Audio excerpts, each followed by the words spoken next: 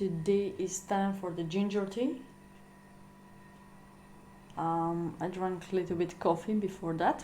I need it for the analysis of the sub-battle match against Rubens Cezila, another streamer. Thank you so much, Rubens, for the great opportunity, and thank you so much for every single player in the list, even for the opponents. That was a great match, full of emotions for me. I will not say anything about the technical issue at the beginning because not everything was depending on me. I hope you can simply enjoy with chess. Those of you who don't have opportunities to take a part in it, don't worry. We could find somebody else. We have about 51 subs at that moment. And if we organize better in Discord, everyone could play. For next time, for sure, I will communicate. I will try to communicate much better with the other streamer. Because this time, 2 days, he didn't answer almost before the stream. So I hope so. Next time the things, of course, gonna be better. Thank you so much for the Rubens, for that great table, what he generate. I'm gonna use that for the subs against plebs this Thursday, probably. And hope so it will be great. On Wednesday, my program, I plan to make, it's in the end of the month, so it's gonna be classical simul. So if you wish to take a part and make a serious game against Grandmaster, you are welcome. You just need to be sub or little donation. But I have little problem with the email of the business account in PayPal, so the donation could be a problem. So you're welcome just to play and make fun.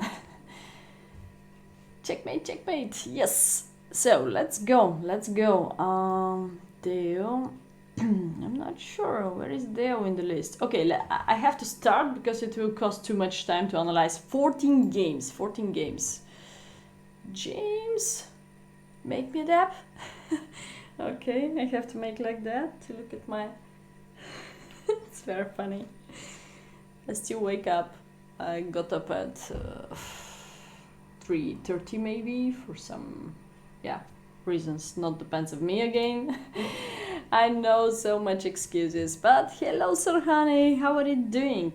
One more time, thank you so much guys. It's time to start. I will start with the most logic order. I will start with board number 1 and I go step by step going down. I think after round 3 I start to appreciate every single guy who was hurry up to go to sleep.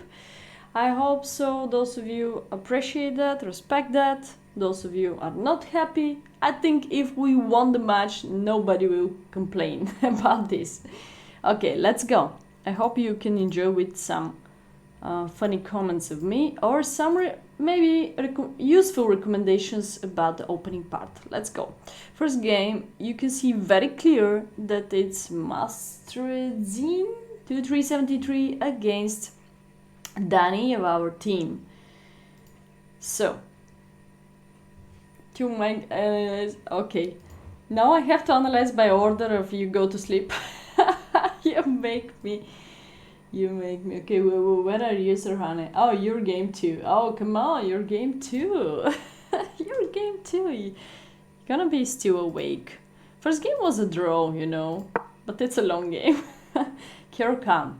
So, we are white, by the way. Doesn't matter how it's on the table. It was first game number 1, number 3, 5, and so on. 7, 9, we were white color. That's very easy. Good morning, Strowex. How are you doing? Good morning, Jaxer. It's time for the ginger tea. Cheers. Thanks so much, guys, one more time that you've been part of that stream. Last time it was a very good fun to me. We were leading, and this is the bad point. 4 or 3 lost in a row, and then we go down.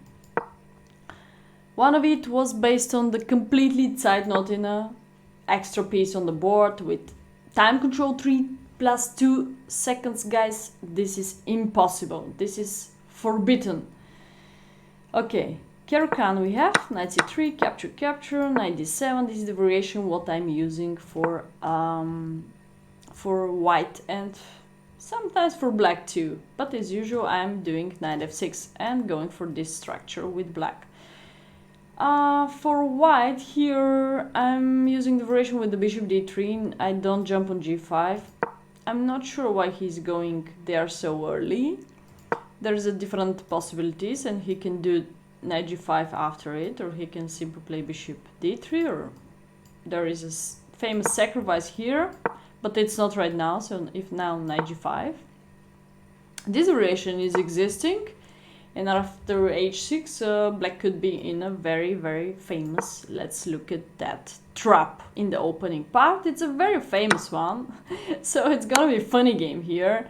8 moves checkmate. You can enjoy with the 8 moves checkmate right now. So this is the trick what I know in Caro-Kann. That's why h6 is forbidden right now. So black should continue with something safety like e6. And then white is having availability to bring the other knight to e5 and more pressure on e5. h6, one more time, I remember it was a very risky one. So knight takes e6, there we go, bishop g6, king e7, and this is again slightly better for white. It's about +2 evaluation.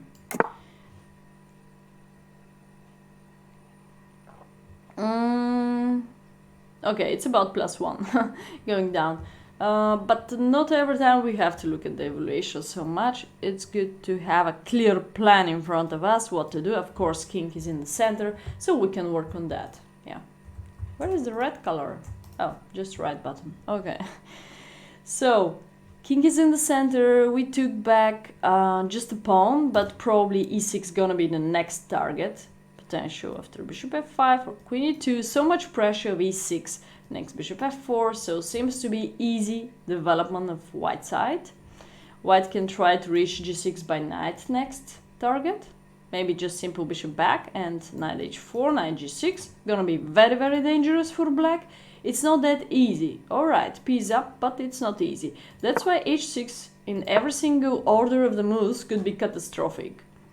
So black could continue with e6, knight f3, let's say, and now maybe bishop e7 and fast castling. Sometimes queen e2, again there is a potential sack here, followed by knight g5, and e6 gonna be hanging next. So really black has to be very, very precise into the opening part. As you see, in next 5 moves, black cannot push h6. Pushing h6 will be catastrophic. I know that I go deeper, just this is little recommendation what you can use for white side. If you'd like to go for the variation with bishop g5, actually, knight g5. Actually, this is one of the strongest one, because potential sack. And now, what's next? You can simply put more pressure on the e file. There we go. So now, again, you thread something like capture, if covering with the rook, capture back, check, you try to eat the bishop, or knight g5, capture the rook too, with enough compensation, 2 pawns behind, yeah, 2 pieces for a rook, but 2 pawns compensation. It's gonna be enough. So let's go back to his move, knight g5, of course it's working. Now again, knight e6 is possible. Yeah, I'm not sure about his move e6, so if black would like to play very, very solid, he has to move away the knight, knight gf6, and now knight e6 is not anymore working, he just accept. Here also nothing in front of white, it's just an interesting sacrifice, yes, but nothing in front of white.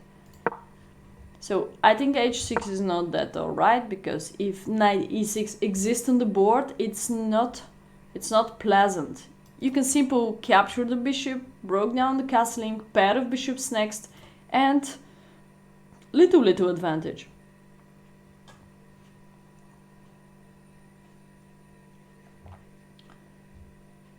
But instead of bishop d6, wait. Instead of bishop d3. Yeah, knight takes f7 is all the time also potential, so this potential sacrifice in the other line, all the time white is having this sacrifice or this one. So I like this variation for white so much. Queen b6. Looks like they're still playing some theory. Knight takes f8.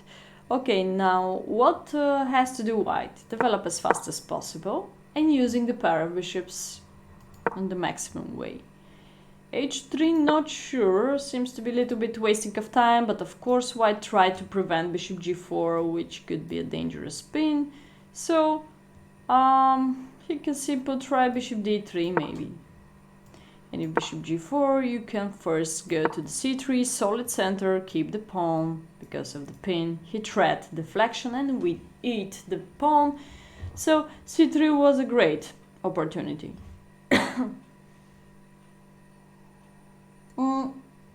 Hello Hardin, how are you doing?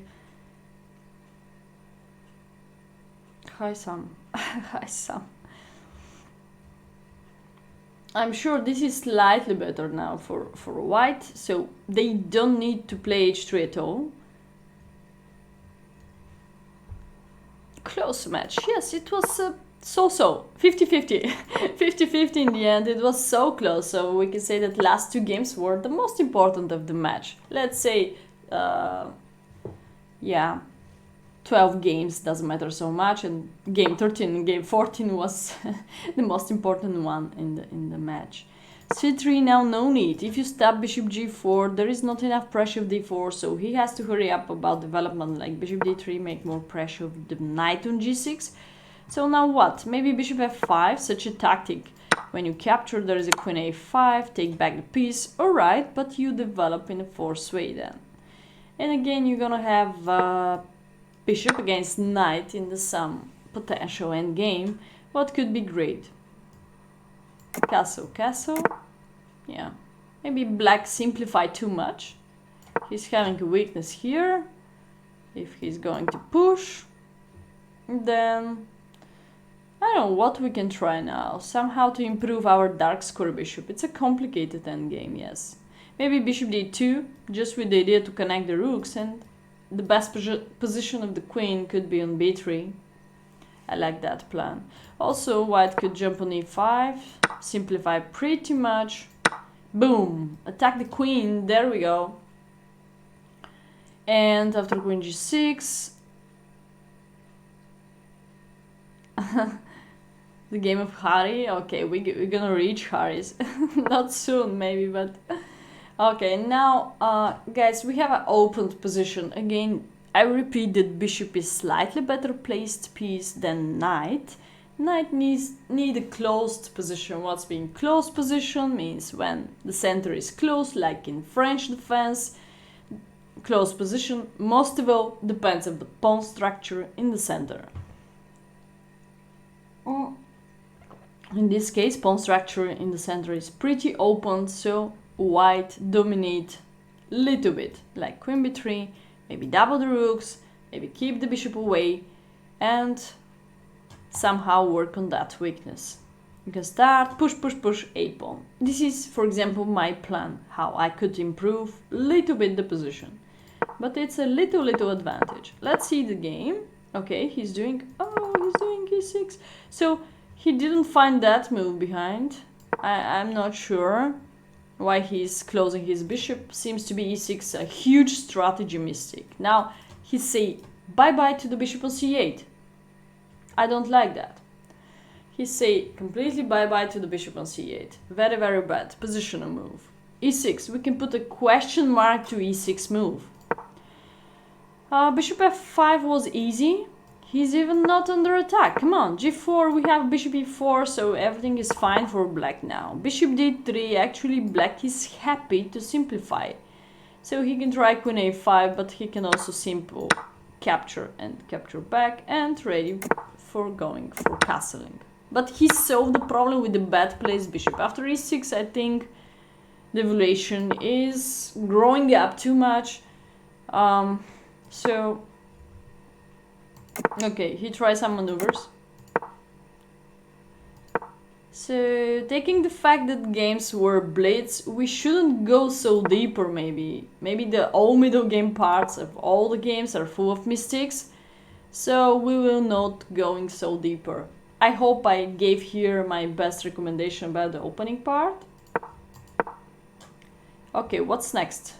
He wanna take, based on the pin, he keep with rook f6. How to deflect the rook? Or maybe how to care about this guy? How we can develop the dark square bishop. Maybe this is the way, kick the queen out with knight c4. I like knight c4, kick the queen out, no more pressure b2 pawn, and then we're ready to develop the dark square bishop. The maximum should be bishop f4, I like bishop f4 if knight d5. We can even go to the center, because all the game we should play against the bishop. What's mean that? In the end of the position, if we trade off even our both bishops for these two knights, and then if we have such a perfect outpost on e5, this is gonna be the dreaming position. It's not that hard. For example, if we come here and black trade off, and soon we come here and kill the knight. And this will be positionally winning, completely positionally winning for white. So this is one of my plan. That could be very simple chess, by the way. Of course, you can try to be as much as annoying, going inside, keep distance like bishop a3, keep control of all these weak squares around, and then bring the both rooks to the e file. There we go. And completely occupy the e5 square. It's not only about the weak e5 square, but it's also very weak backward pawn what we can work on. More pressure there. Also, when we move the bishop to a3, we have availability to jump with the knight on d6. It's a very nice one. Okay, so he's going to rook e1. Not so bad also. Queen captures. Queen is going inside. Seems to be here completely winning for white. Maybe immediately pressure. I'm not sure about bishop c4 attacking, or just knight goes back. That's enough defense. Okay. So it's time for the dark square bishop. I'm not sure why he decided to go there, if he's having a f4, e5, or this diagonal, or this one. I would repeat that this is one more time positionally winning, because so bad plays bishop. So after e6, I think move 10. After move 10, black can shake the hand of white. Very bad decision of black.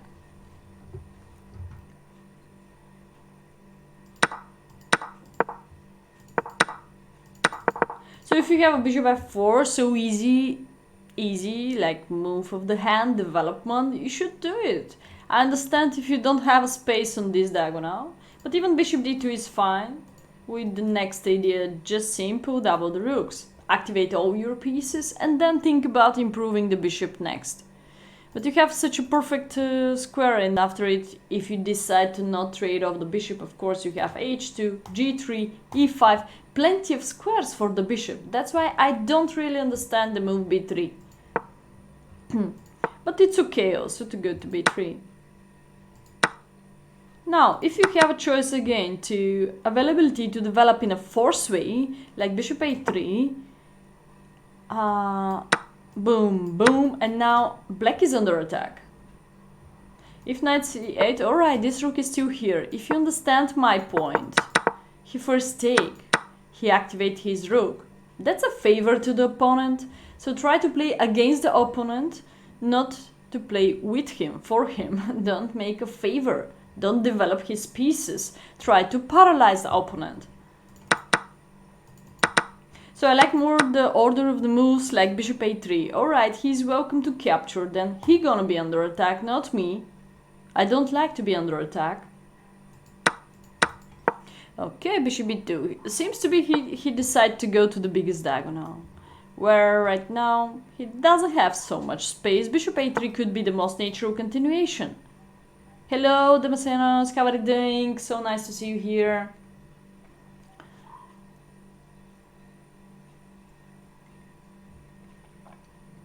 Annoying in chess. Yeah, we have such words in chess. Maybe some of you didn't understand me, yeah. Annoying means bothering, bothering. You should go up, up, up, attack, attack, attack. You shouldn't leave the opponent to take a brief. That's mean annoying, okay? Like that, okay? So, like Anaconda smash the her, how to say, her sacrifice and then she didn't hurry up to eat it. She just smashed it slowly, slowly, slowly, slowly. So, annoying, pressure, attacking. That's mean in chess, okay? So, bishop a3, now knight c8. Okay, so opponent is under attack. Bishop e2, no attacking, so giving him a time maybe to maneuver this bad placed bishop. I'm not sure even how black survived here, because he didn't still solve the problem with the bad placed bishop.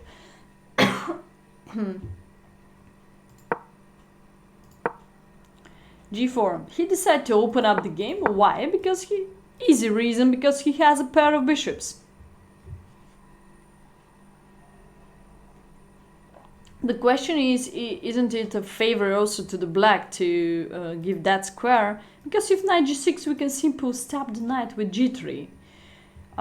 Do we have something else? Maybe open up the, maybe work on more about the queenside part, like push here maybe. This could be a fresh plan.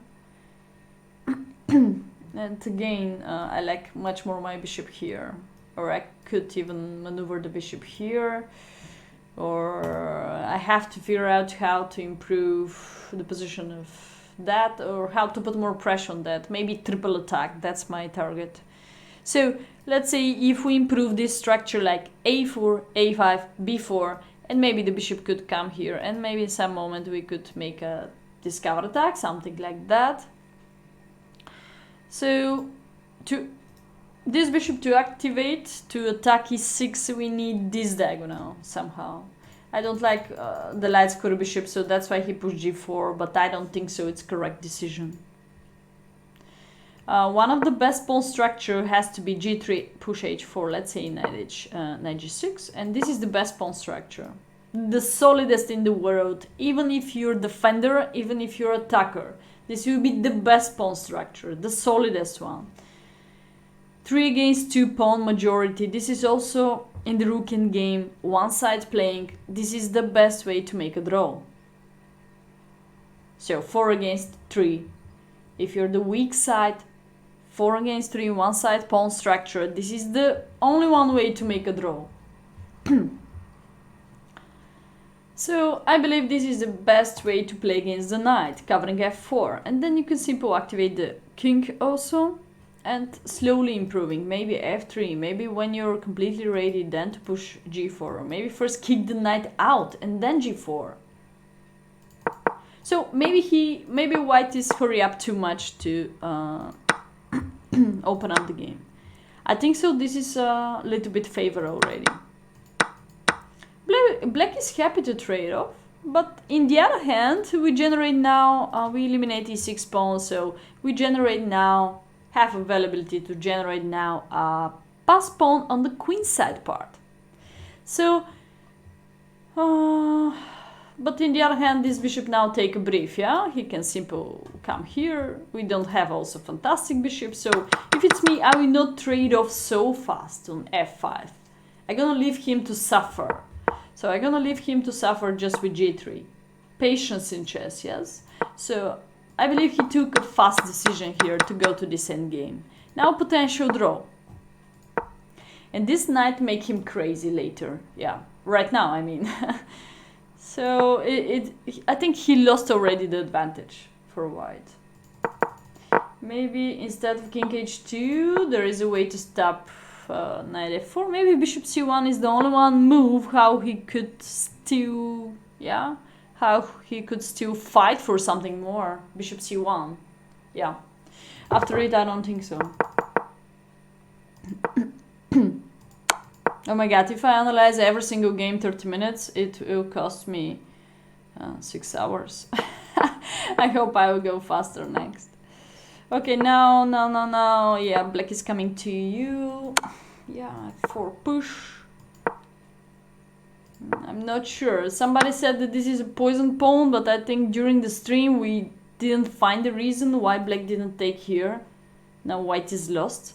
There is no way to trap the knight just because there is plenty of free squares. So if you decide to go to c2, we can simply continue eating. Even g4 is saving up the knight, so no, makes no sense. Even now, this is potential lost, you know? Check. I just go to e7, get rid. What about this? How do you keep this? Not really sure. Check, it's okay. So it was a blunder. It was a blunder, so white could lose this game. From little evaluation for white, step by step, he lost that evaluation because taking a very fast decision with g4, Danny. So Danny, more patience, that's my advice here. Probably we should go soon to the next game. This was the game, how they continue. I'm not sure in the end who was playing for a win, you know. Maybe a2 is important. So white could try... White could try maybe to push here, h4. There is no way to keep a2 because also b3 was under attack. That's bad. But now with the bishop d2 we limit the knight. To save up the knight you should generate a structure like b6, a5 and knight b4. This is the only one way. Now the problem is the black king is coming so fast. You can stop him, but there is b5 pushing. And then there is another way for the king too. So I believe this is bad that white alone, knight to c1. Maybe f3, knight c1. And now d5. This is slightly different.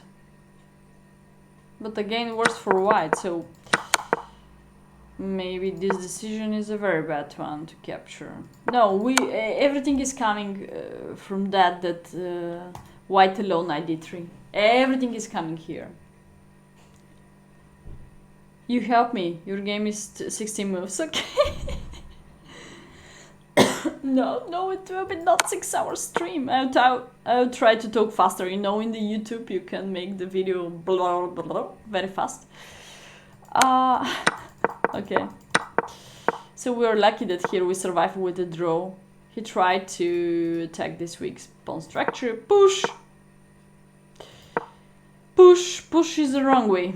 So black has a golden chance to win the game here, guys.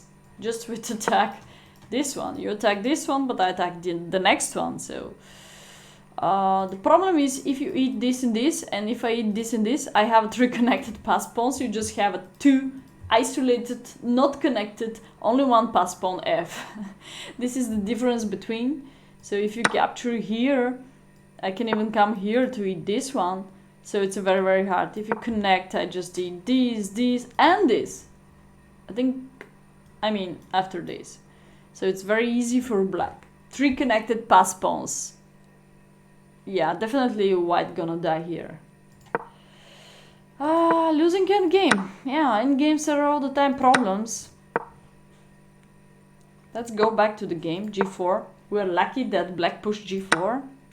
He didn't try to collect all our pawn structure on the queenside part.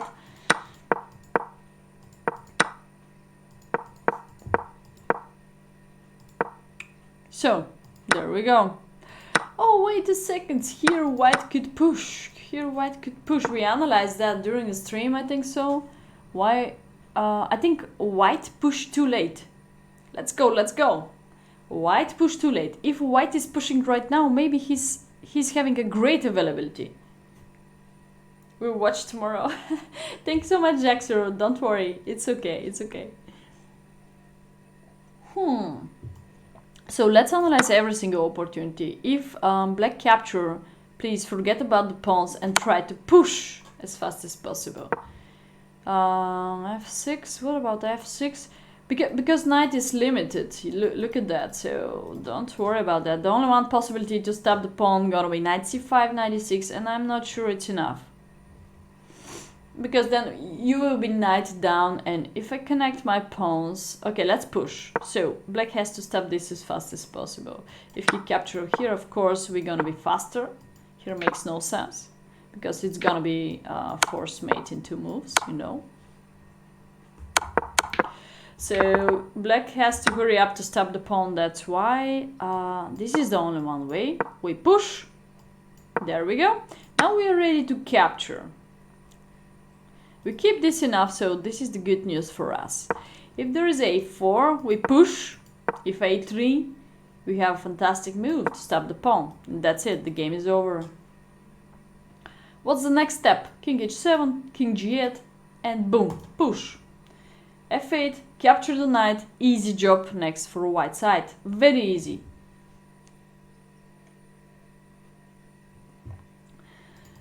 Okay, so fantastic endgame. f4 was a so huge power. I could put here a diagram if I gonna analyze the game in the PGN file in the chess base. So f4 crushing.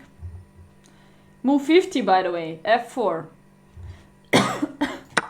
We could analyze another opportunity if they didn't capture, but makes no sense. If they do what?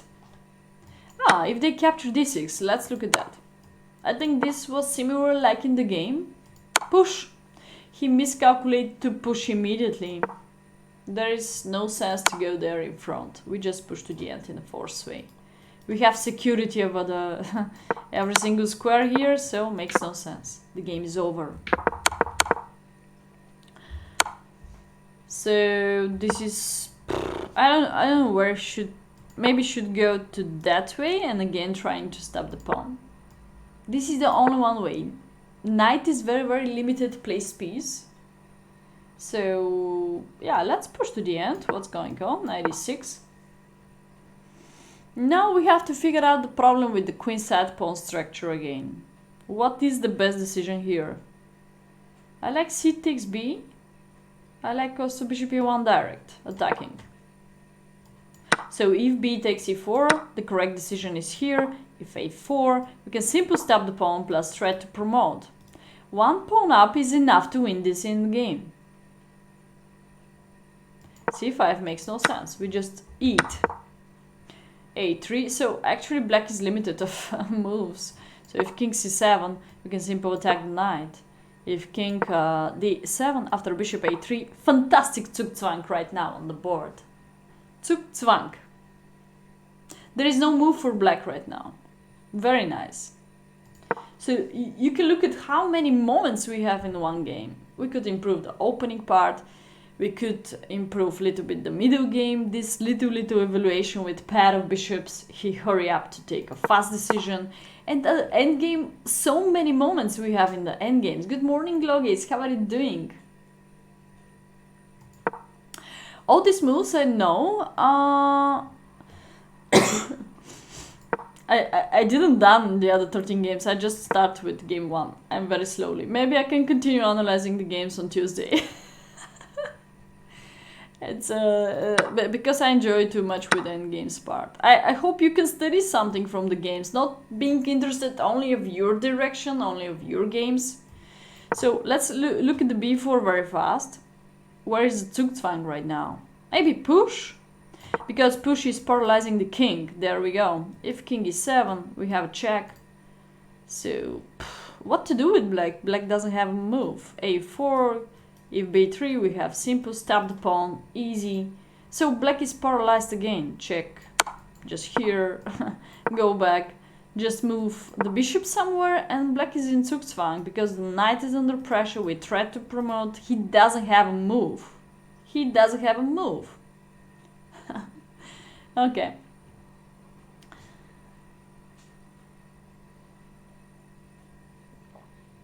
Quick analyze. No, this is still game 1, guys. Danny.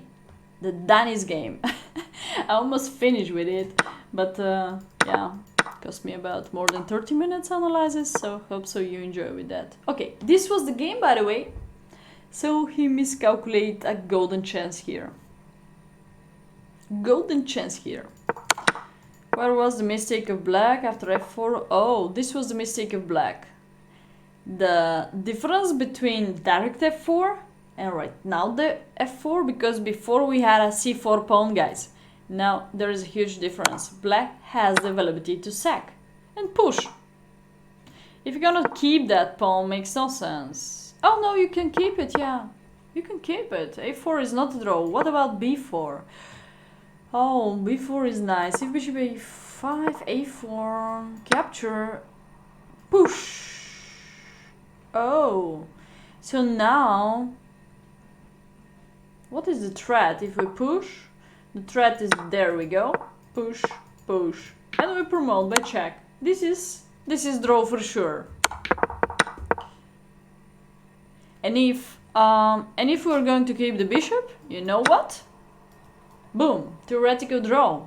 Because when you reach that, I just keep the corner and you cannot kick me out from the corner. You need a light square bishop, not a dark square one. That's why this is already theoretical draw. Or what black needs to do is reach the corner on a8.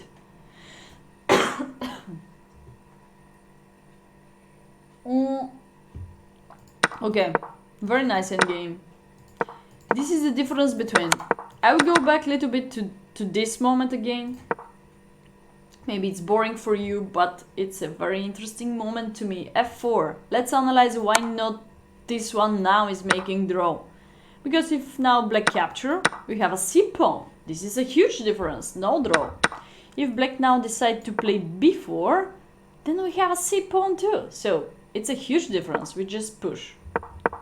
And if black decide to play a4, we just take this one, they take this one, then we just push here. We just keep that, and we have enough time to push.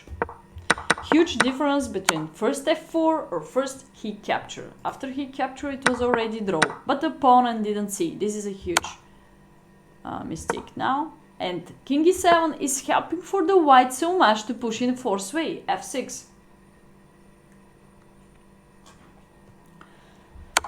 So the drawish move could be here and again sacrifice the knight and simple trade of this pawn. It's gonna be simple draw now. King d7, no, king c6 is the other move how black could reach a draw. He did a mistake. I'm not sure why he didn't push, because one more time this is gonna be forced promoting of the queen. I don't understand that.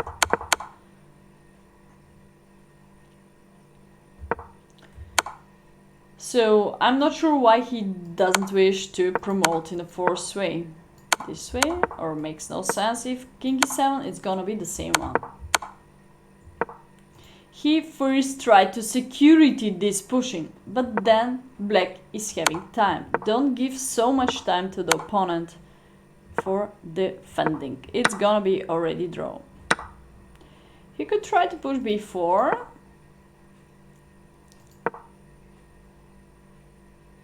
Now, the paralyzing of bishop e5 doesn't work so well, because black is having space for the king.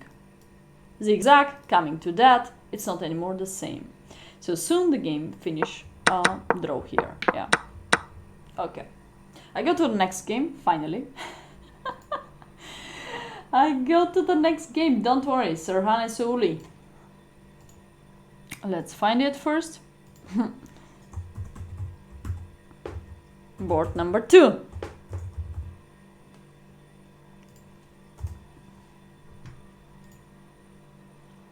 Let's go, let's go, let's go. Harry was the most interesting. Bernie B. Because of nerves. Alright, okay, I'll go faster, don't worry. It was on the 24th, let's go. Oh, he played too much. He played too much, Serhane Souli, so I have to go to the next page. There we go. 24th.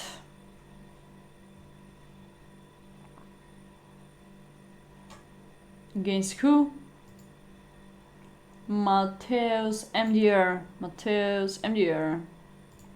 So Serhane just won for 16 moves. Amazing game, Serhane. Thank you so much for the win. You bring a win to the team. So analyze this board. There we go. Board number 2. Serhane was a black color. Board number 2 was a black color. c4, e5, we have an English opening on the board. I'm using this opening part too. If white didn't react with e4 as usual, I'm pushing d5 ASAP. Okay, e4, now we have a very strange. So I'm not sure we can say already it's gonna be English, but we go to the 4 knights, English, Nimzo, depends. Now one of the best continuation, what I'm using also before against English is bishop b4. Thread the knight, make some pressure. It doesn't matter of the next continuation. Very often I would like to capture the knight. The other natural possibility, of course, is bishop c5, but in this case you should be careful about this opening. It's not a trap, but it's a standard way how to occupy the center, eliminate the central pawn of the black. So knight takes c5. Sorry, I'm still sick, still fighting. I hope it's not corona. So that's why I appreciate much more bishop b4. The next possibility is also bishop d6. Develop as fast as possible. d6, to be fair, I really don't like it. I really don't like it because keep the bishop here. Bishop b4 is much better. If you're worried about knight d5, I don't think so it's working. You can simply capture here, take here, right. This doesn't work. There are 100 tactics here on the way, here or just here. Let's look at knight takes f2, if it's working. Boom. Of course not here, because he will cover with the knight f3. It's not the real double attack. This is the real double attack. Unstoppable diagonal check. There we go. We take back the knight with huge initiative and pawn up.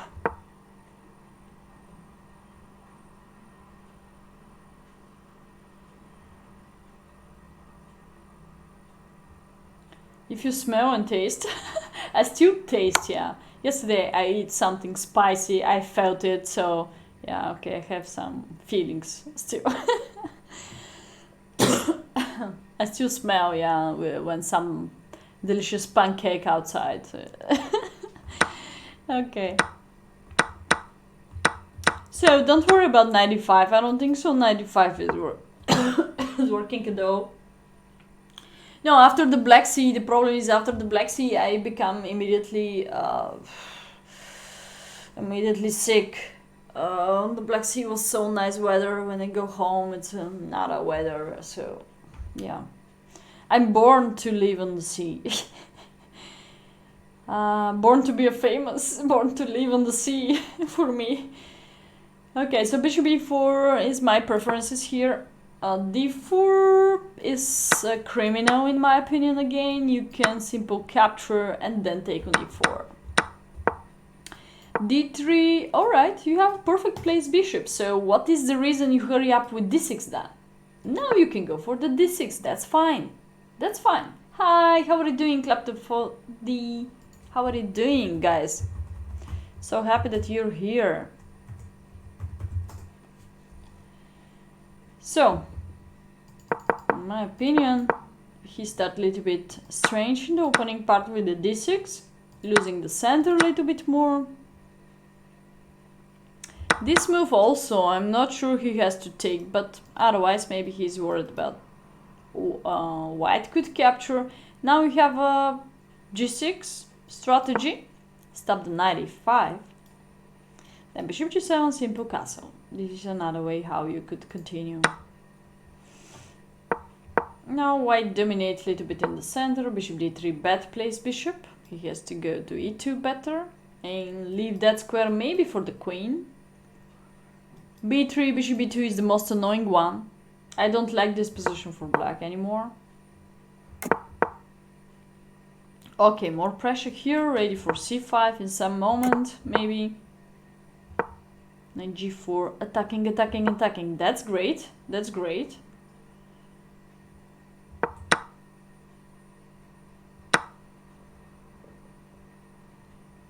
Later, guys, one more time, you can watch the YouTube video here. of the analysis games what you missed. So we have e5 now. I think so we can put a question mark to the e5 to the white side, because it seems to be a blunder.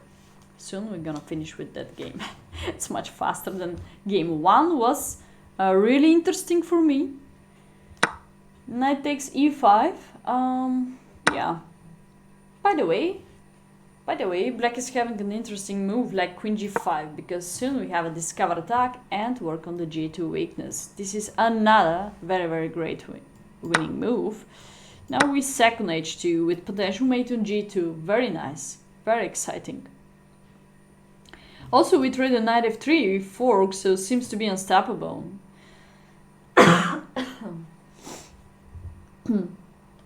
Yeah, if bishop e4 covering, we have a knight f3. Boom, boom. Alright, dominate here on one move g3, potential mate on g2.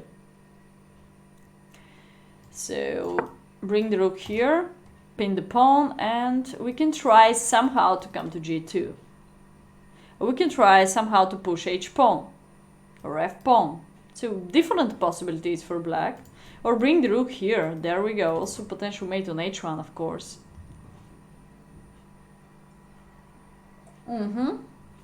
Sniper, exactly, sniper, bishop. Okay, so the game continued with simple knight takes e5. Probably he thought that after f4 he's going to lose the knight, but of course not. He's having a great counter-attacking move, pinning the pawn here. So now pawn takes doesn't exist because the queen is hanging. g3, knight f3, so he blundered. g3 is a huge blunder here. The game is still playable after bishop e4, knight g4, trade a mate, probably h3. We can simplify like trading off, knight h6, queen f2. Now what? Queen d8, trade off, pawn up. We can simple trade off.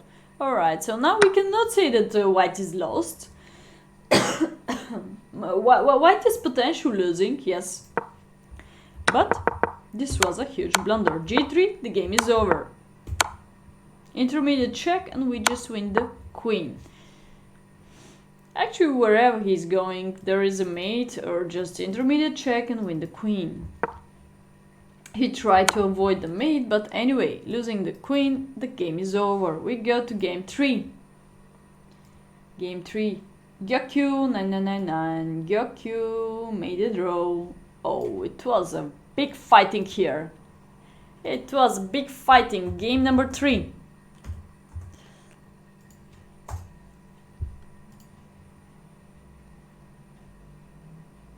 King f2, queen takes h2, Logis. Queen takes h2 check and again winning the queen. Okay, Gyokyu 24th. Gyokyu against who? Who's that guy? Antone something. Oh no, he's playing so much in that date. Antone, where are you, Antone? He's playing, Gyokyu is playing against Hikaru. Oh man, he's so good. No, he played 100 games on that day. No way.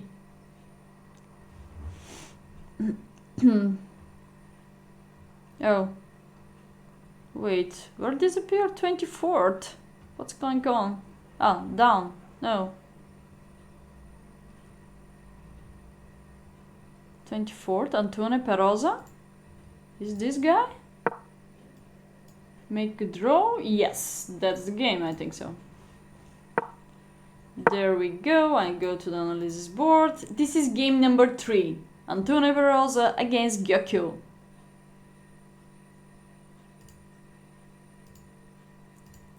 So Gyokyu was a white color.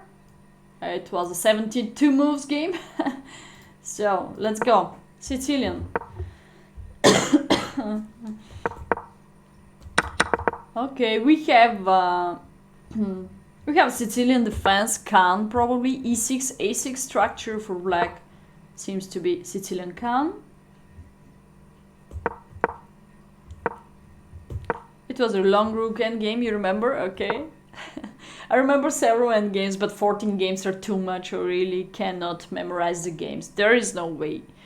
Well, I wasn't under pressure to remember them. I was under pressure to look at, to hope for a win about every single game. Okay, I can say nothing special for white after opening part here.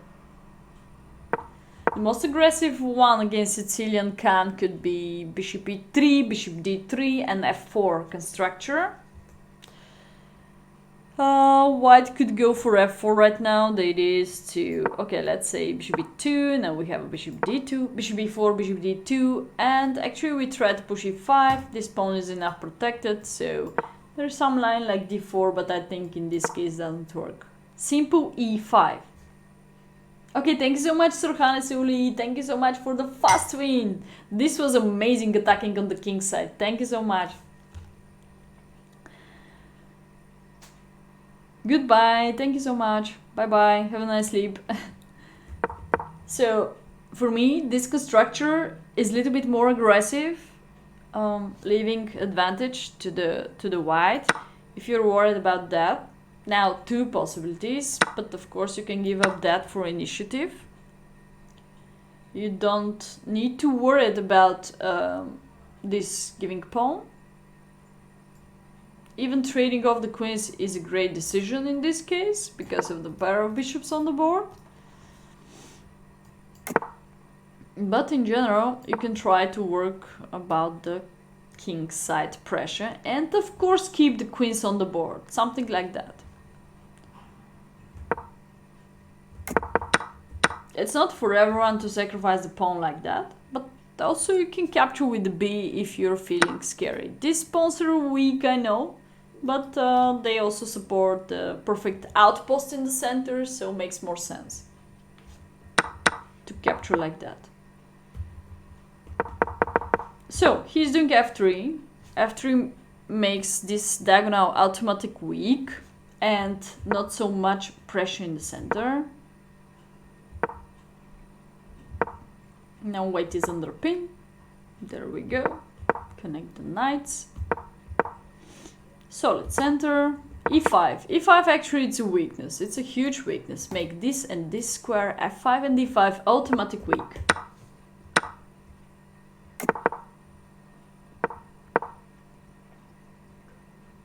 Perfect. Maybe after castle, white could take decision to jump there. Automatic. I'm not sure why he didn't do it, because after knight f5, now you already trade a queen g5 with potential mate. Push, push, push. This could be the real initiative, or even bring the other knight and then push, push, push. So it will stop at least knight e7. So it will fix d6. Much, much better if you take the initiative in your hands immediately, not later.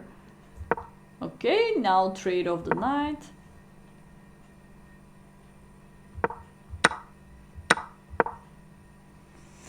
Queen e6, a little bit wrong. The problem now could be d5. We can simply take that pawn maybe. This way. But simplifying, black can use the fact that you still don't have availability to go for castling and there's still queens on the board. Alright, your pawn out, but I'm not sure you can hold on that pawn. For example, if you're going to play bishop e4, there is f5, aggressive. If you're going to play safety, bishop c2, they just bring the rooks in the center and white is not fine. I don't like this position. Push here maybe, very, very annoying. So they're gonna take back the pawn for sure. This is the bad point here. So makes no sense. So d5 then is strong because also counterattack the knight here. So if you take here, yeah. Now your attacking is not that powerful. If you come here, means nothing. I simply capture the knight and even black could become automatic better. Because of queen e3, potential mate, no castling here. If you go to this side of the board, gonna be extremely dangerous already. On the c file. I don't like this. Okay, queen e6, definitely bad, giving the initiative again in the hands of white.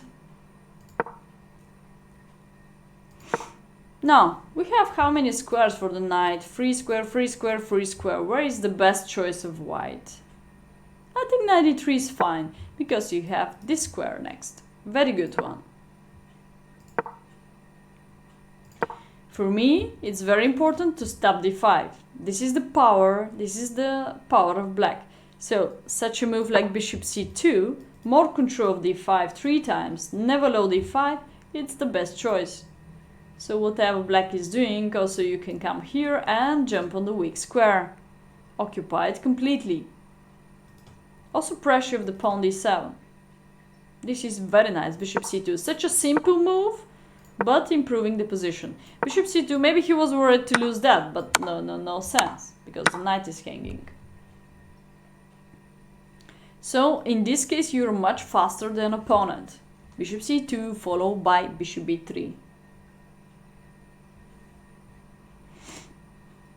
He's going to be king b1, little bit slowly move.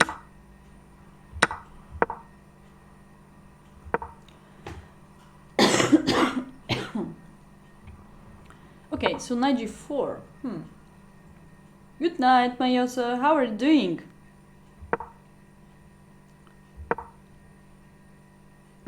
This is game 3, Gyokul. Too long game. Probably he had a huge evaluation at the beginning. I try to be fine. I try to be fine. Okay, I think soon it's time for breakfast. Maybe the grape will be fine for me. Okay, so knight takes c3. Such a fantastic sacrifice, by the way, coming from the black side. Maybe bishop takes e4 was the final mistake here, allowing that sack, because in the end the knight was hanging, so seems to me this sacrifice is really working. More pressure on e4 makes more sense.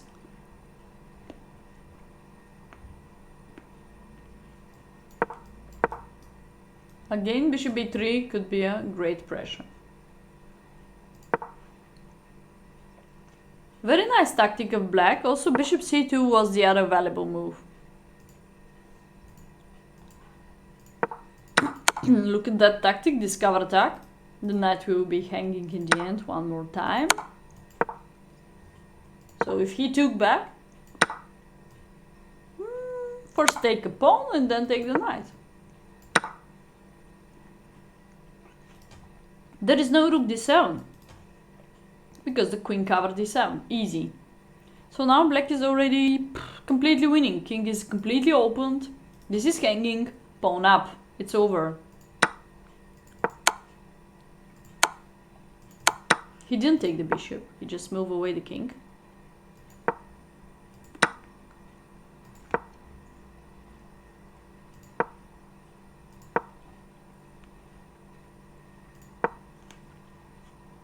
The question is where black lost the initiative. Oh, this is completely computer game. Oh my god. Oh my god.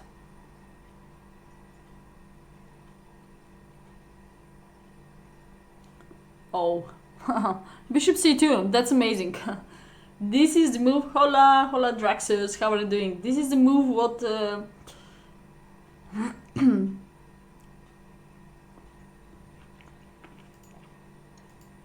As you see in the table, guys, 0.5 means draw. They did a draw. Board number 3, I said. I'm analyzing right now the games of Gyoku of our side. Bishop c2. Minus 1.5 evaluation for black. Very nice. So if white accept, there is deflection, put the king into the very bad windy situation, and then just bring the rook to coordinate rook and queen together. Also you can collect these pawns in a forced way, or Oh, this is wrong. Actually, here black has to be precise. First cut the king and then bring the other rook. Alright. Yeah, nothing else. Okay, this could be unstoppable. Very well. Bishop c2 is a very hard move to find out. Diagram in front of it. Queen b3 is coming with potential mating too. Now white has only one move, queen e3, and then just simplify. But that's the dream of black, because he's having pawn up and now exchange up. It's over. Nice tactic, very nice. Bishop c2, amazing move. But yeah, the game were blitz, but we could just take very, very good tactics out of them.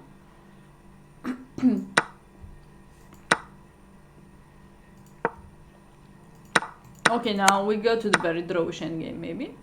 Now white is already better, by the way, because this is extra pawn, no? So I'm not sure why black simplify.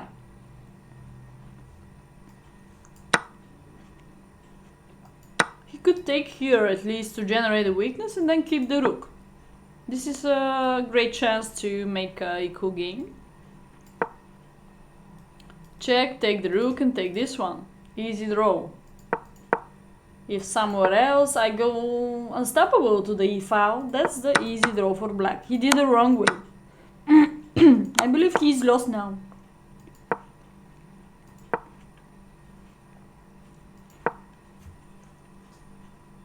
Go behind and push. Look at how simple is the chess. Go behind and push. Please stop caring about that capturing. You just push to the end.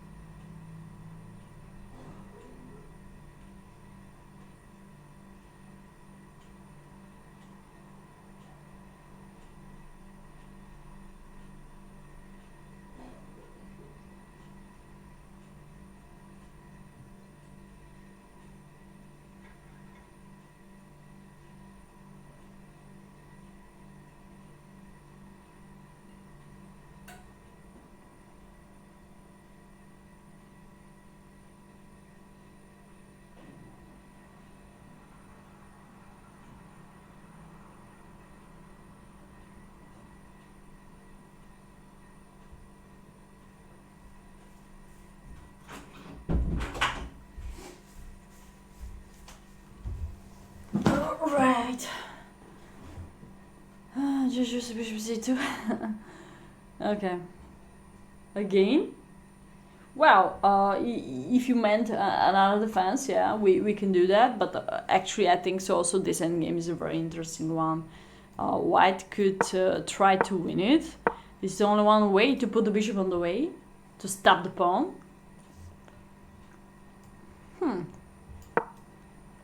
Rook d1, unstoppable rook d7, kick him out, push, win the bishop. Even losing that, maybe potential draw. Because now white has to keep this, has to keep the knight. If black captured this one, now white can cover the connection between. So if you try to be so tricky, not stop the pawn on time, then I have the chance to win the rook too. This way, try to win the rook. Yeah, this has to be losing. Because this is unstoppable with king e8. This or this, both. No, this is the most winning one because it's a force unstoppable way. Okay. He decided here to move away the knight. He decided here to move away the knight.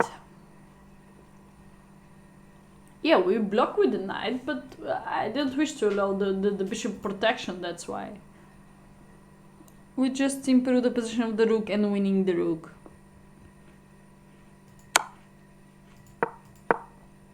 Already drawn. Hard to keep the pawn. He just lost the initiative. It's not any more interesting. Alright, they play 100 moves next, but it's not any more interesting, guys.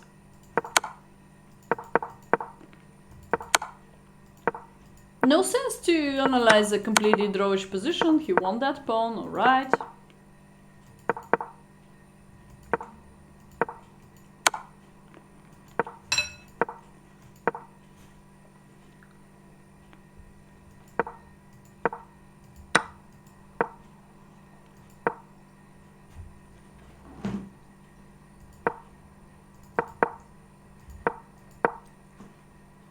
Oh, here was the moment where he could check him earlier, maybe. Maybe he could check him here and then bring the king. He could try. Like check. Now he has to go in front, maybe. Wherever he goes, my idea is to bring the rook back. And if you come here, now I have time for king g4, and now if you push, I just capture with the check. I mean, there is a single chance to win the game, but you should try this way.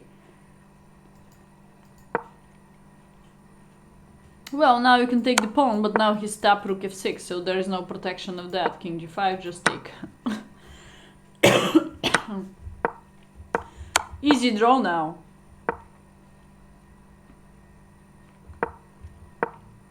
But he could try intermediate check, then go behind the pawn in a forced way and try to win it in a forced way like that. It's interesting now, but this move, for example, now is losing. Kick the king out, capture this, and then easy to win the game. So black has to be a little bit careful. The only one move what is making a draw has to be king e4. Really. And now you can try to be tricky, not capture even the pawn. You can try to go up.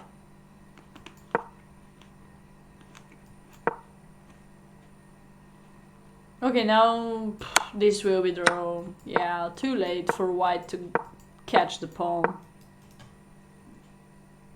Okay.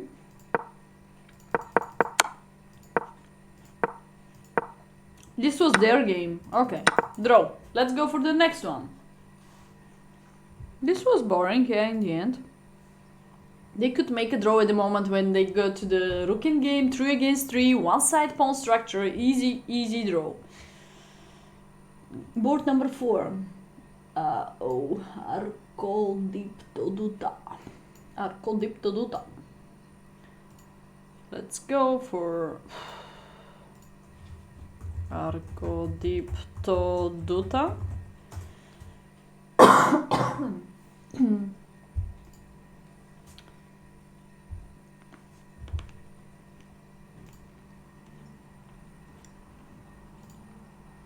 Okay, follow this guy.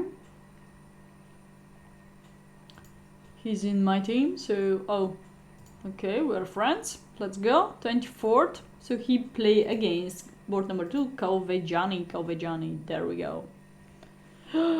Kavejani is having 95.4 accuracy. That's too much. That's too much. Close to Carlsen. Okay, Kavejani. We were black, so let's flip the board. So Kavejani white, Arkodipto black. Scandinavian we have on the board, d4. Sometimes I'm using Scandinavian, but I'm using the queen d8 line. a6, b5, c5, this one.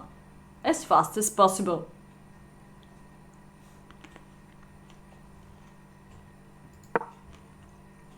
Scandi. c3. Such a bad place move. I don't know if it's a mouse slip. I can never know. I don't talk to you. By the way, for those of you who'd like to help me to make a blindfold chess, it will be great. Soon is coming my 100th stream. Like number. This is the number of the stream, what I'm using in front of the topic. And I would like to make one blindfold game against somebody of you. Maybe I have to generate another account for that, how Hikaru did that. I'd like to make this like traditional. Maybe also every week I can do that. I hope I can finish the game successful. I didn't use that long time ago. But this will be great. If I can do this week, Wednesday, classical Simon, maybe on Thursday we can think about that. I'm not sure how to do it. I have to contact with somebody in Zoom, and this somebody has to go to my account and play instead of me, and I just close my eyes, yeah? But how I show the screen then? How I show... Oh, I just go to follow my account from my first account. Something like that? Okay. No, my opponent will be somebody of you, some subscriber. I really want to make that.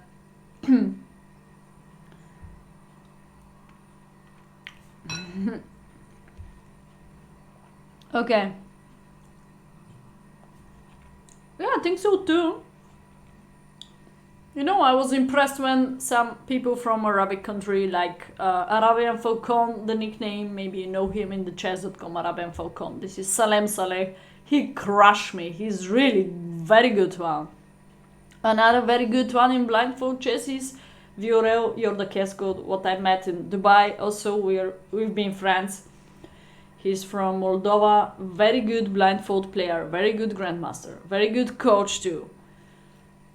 He was coaching in Abu Dhabi, but we play blindfold, and they were playing like in a bullet style. I was thinking, I was closing my eyes, I was trying to concentrate, and they just play like bullet. It was amazing to me. So we just make fun with that, yes. They do that very, very often, by the way, between grandmasters. They play each other like that. They just talk. Sit on one table without chessboard and they just talk. Yeah. Okay, c3. If I have to give a recommendation here for white, it has to be, of course, c4, not c3. c4, knight c3 as fast as possible, knight f3. Or also knight c3. This is the classical theory. And now black is having choice between these three theoretical moves.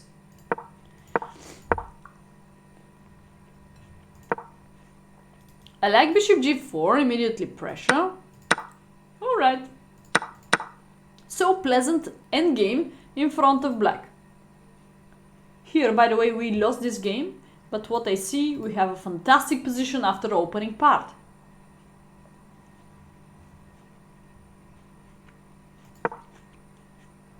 Hikaru is genius, player 5-5.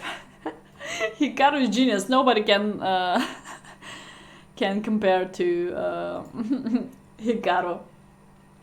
He's living another life or something like that. He's completely different level. He's not a chess player. He's chess genius. Completely addicted maybe, but that's his job. That he's real professional. So yeah. Now, what to do? Maybe immediately pressure here. If you're worried about bishop takes c6, maybe we can do intermediate capture. Another intermediate capture. Well, now we lost a pawn, but we have a great availability here to play against the double pawns. If you don't want to lose the pawn, maybe e6 is fine. You can do knight d5 to pressure against the bishop.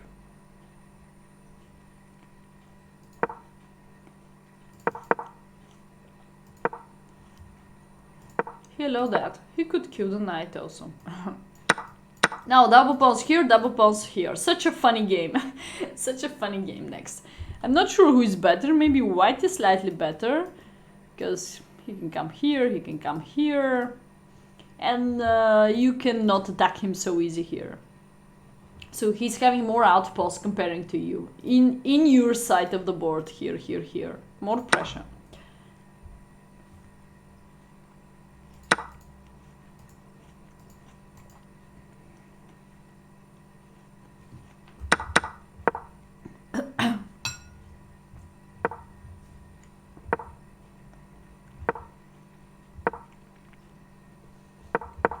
Oh, I remember this move. I remember that move.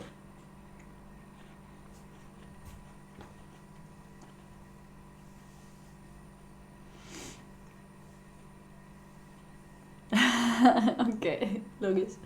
That was funny. So 95, huge mistake. For sure, black is having plenty of options to keep f7, because after knight g5, you can see from the airplane that there are 6 pieces on the board for black, but nobody can keep f7. This could be a huge problem. So even you could take, but with the sacrifice to keep the pawn. But take is a bad decision. Don't make a favor one more time. Making better pawn structure to the white side is a bad decision. You have to play h6, stop knight g5. The simplest move ever in the world was a h6. Next, could be counterattack the bishop when you move away. Then we can go with the other knight. What's the reason about that? Just simple rook d7. Good structure. Good position of the knights too. Very good position.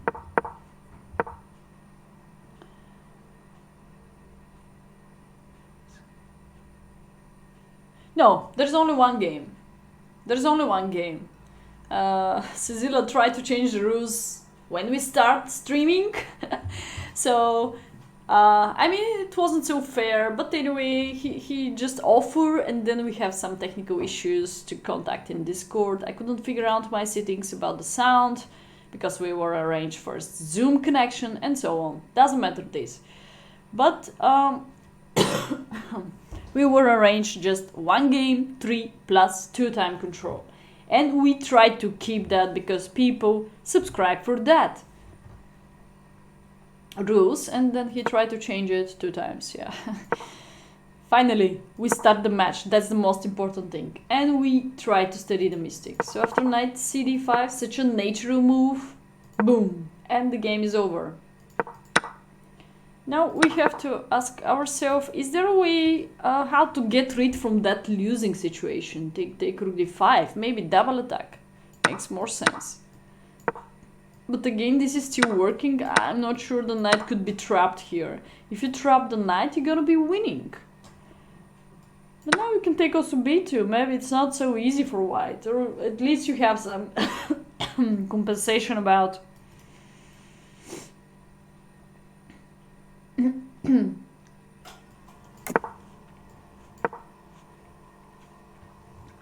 Probably this is more playable. Well, rook e5 after accepting this. It costs time next, g6, bishop g7. So the rook gonna be under attack soon. Let's say e4. If you come here, I'm happy to come here, trade off, and the game is over. Let's say you're gonna keep the rook here. Maybe I have time for that.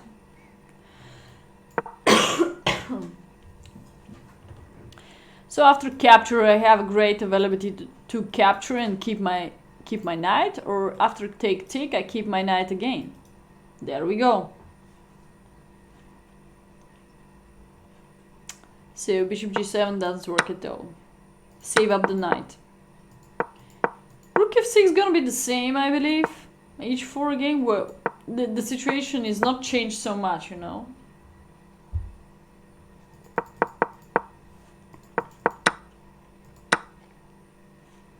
What you said, knight f5, knight takes c7? You meant f7 maybe. Do you mean here? No, maybe you mean here, before capture knight. f5, knight takes c7, capture here, f takes c3, knight d6. Ah, you mean with the other knight. Okay, wait. So you mean knight takes f7, knight d takes e3. Alright, let's look at that. And now you meant knight d6 fork with the idea to trap the knight. But now I have time to go out immediately. So it doesn't work. I have time to go out immediately. Yeah, doesn't work this. Let's look at the game very fast, because... Oh, this was the game, by the way. He did the same. He just continued capturing e3 and continued capture the rook. But now, clear piece down. So, there is no way to save up the game here.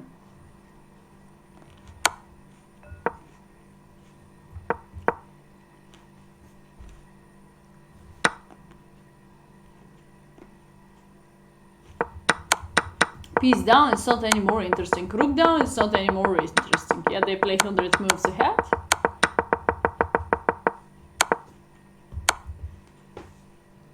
That's great, but probably it's more real when you're at least or maximum rook down to give up on time. That's my recommendation. Then we continue faster with the next game. Maybe next game you could win faster. So you don't need to play to the end. I go to game Arhangel, game 5. I feel like I have to analyze the games on Tuesday. There are too much games. Archangel 75 AR. Okay, let's go. Archangel 75 AR, something like that. Had a game. We gonna reach that soon, don't worry. Had a game. Where is the Hari game? Oh, Hari game tomorrow. Okay. 74. 24. 74, 24. So Archangel, game number 5. He's playing against Glebson Raphael. Glebson Raphael. Who is this Glebson? 24. Glebson Raphael. The game is not here. 24. Glebson Raphael. And... okay, I have problems to find the game. Okay, advanced searching then. Oh, live games, color. He was which color? I'm not sure which color he was. 24th. Search.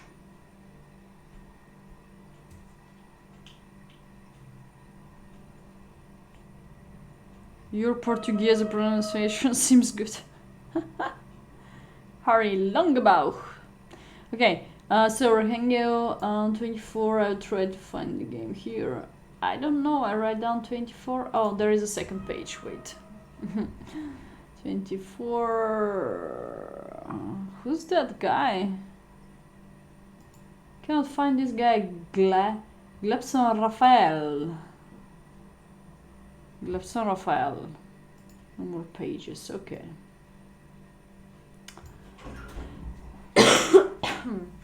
I'm gonna continue with streaming in about 10 minutes break.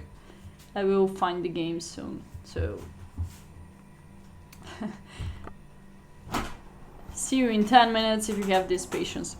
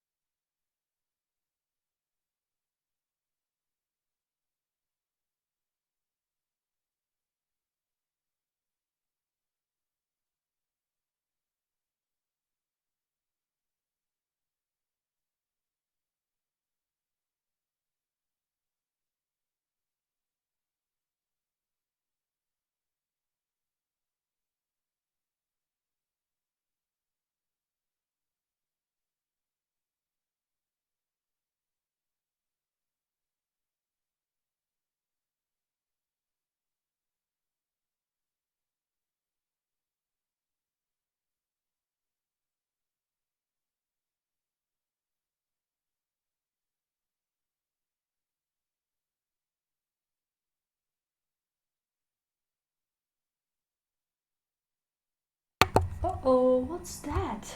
Hello, hello, hello. Talk about the language, you're right. Everybody on break. Coffee break, cigarette break, time out.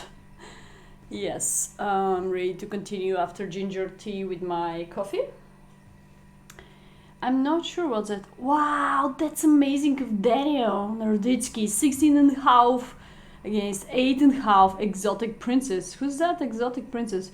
Oh, this is Turnika Serikidze, probably. Let's check, or it's Jubava, I'm not sure. Who's that? Is it Jubava, exotic princess? Oh, this is Jubava. Oh, yeah. Let's try to add him like a friend. Okay, wow, 16.5. That's amazing of Daniel. What a match they did. So time to time, let's make fun not playing only about chess. Oh, it's 1-1. Okay. It's not real just bullet. It's 1-1. Makes more sense. Okay, so probably... The set server starts in 36 minutes. I'm not sure what's mean that. They blocked the chess.com or what? Server restarts. It's written on my screen. Okay guys, it's time to continue with game number... Game number 5. There we go. Game number 5. Don't worry if I don't finish today with the games. I'm gonna finish tomorrow. What else to say? It's good to not making a rush analysis. It's easy to turn on engine, but I'm searching for deeper problems. So I hope it could be useful analysis for every one of you. Arhangel white color, Glebson black color. We lost that game. 1825 against 1824. Such a similar rating. Como vai? Guillermo, Froggy, how are you doing? So we have a something like, yeah, we have London system on the board. But we have also Chigorin system with knight 6. I'm not sure how powerful is d6. As usual, they get out with the bishop here.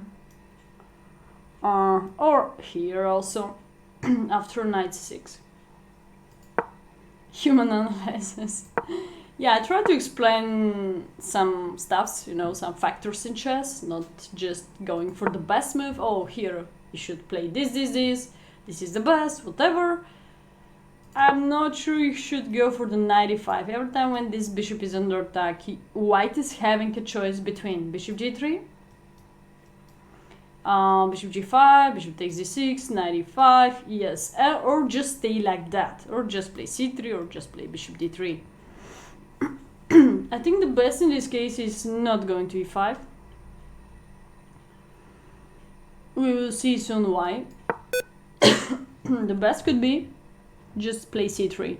So if black decide to capture on f4, I'll touch this for some reason.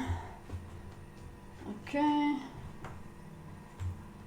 So the best is stay like that. So if black capture here, we have a perfect center. Alright, these are double pawns, but they still control the center and generate a perfect knight on e5.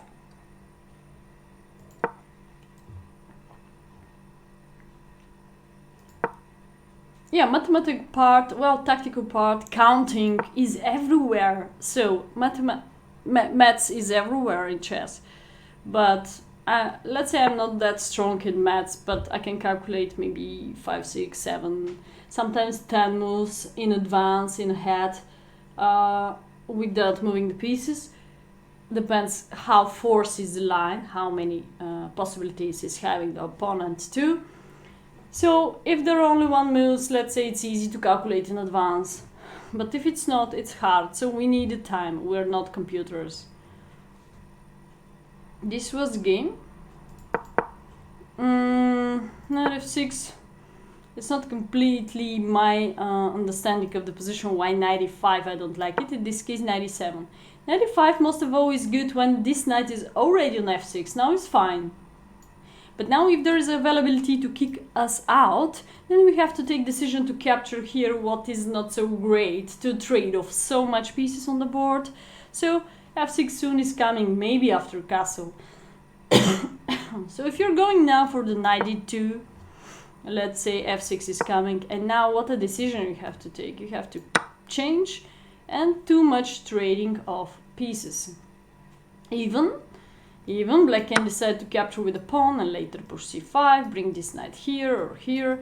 So comfortable position of black, with potential e5 after knight g6, by the way. So it's gonna be very comfortable.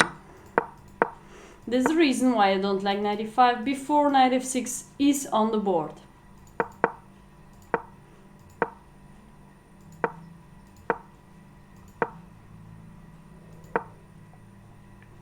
Great, with that maneuver, it's a very tricky one. We have sometimes this maneuver with the bishop in French defense, how we save up the bishop in this way. I appreciate that, because really the bishop on d3 is much more powerful placed piece compared to the knight on c6. Try to trade off only your bad placed pieces for a good one of the opponent. If you have a good one, of course, keep it like he did it in this way. Great maneuver of Arcangel, I'm not sure about his name. I just called the nickname. Queen f3. Next step. Probably to connect the knights gonna be the most natural one, so I prefer knight e2. Also, more pressure on e4. 2 times pressure on e4, so jumping there will be mission impossible for black. And the next step, what could I use is again queen f3 here. But also I have availability to bring the knight. So now the bow is in my hands completely. Eyewear. The one with the eyewear, clown pusher. Okay, there we go. a3. a3. I don't understand that move at all, to be fair. For me, it's a wasting of time. If you'd like to attack me, you can go direct b4. Push. Push. Or you can go for a castle, the most natural move. a3. Okay, this was great and very, very bad of black. Come here, go back. Actually, he helps to you. After a3, maybe you'd like to push b4. That's why he's helping you. Knight a5, very bad maneuver of black. Queen c2 good. No, queen behind the bishop, it's not good placed. It's usually the most natural place for the queen. If you don't wish to go to f3, you could connect the knights. Or before that, you could go for the queen e2 and e4 idea.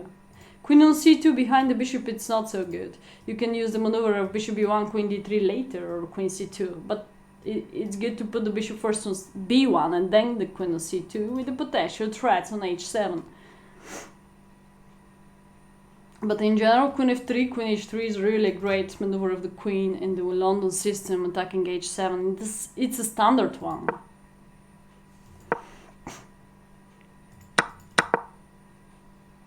Now, important decision in front of white, how to capture an e5.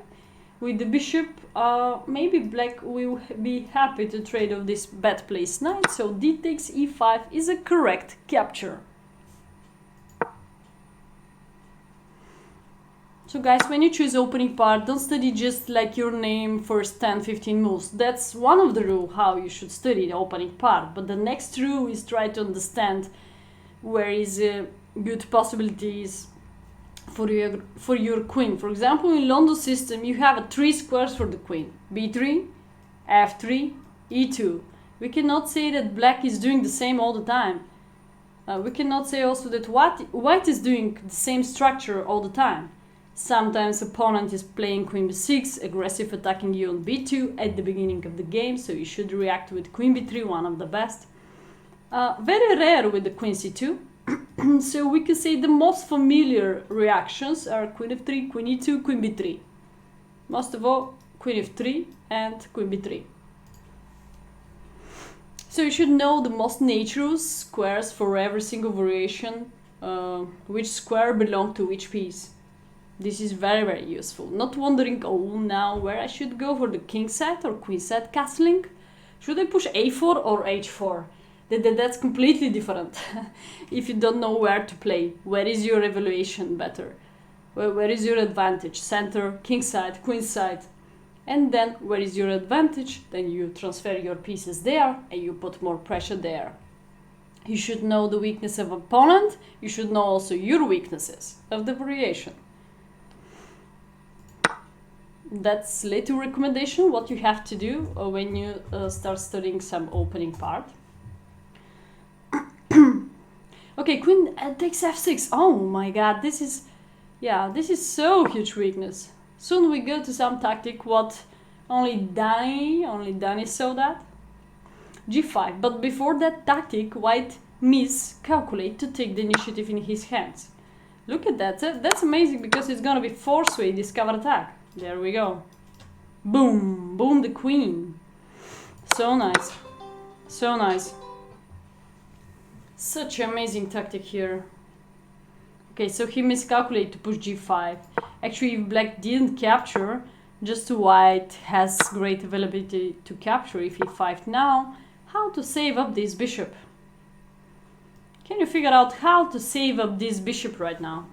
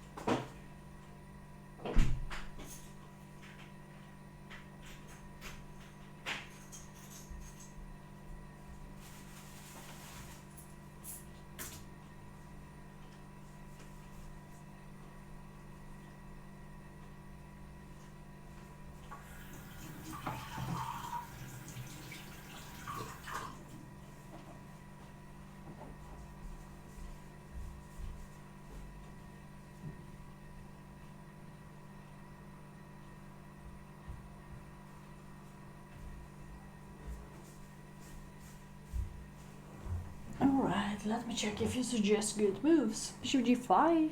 What? Bishop g5? Right now? Wait. Bishop takes h7 followed by bishop g5.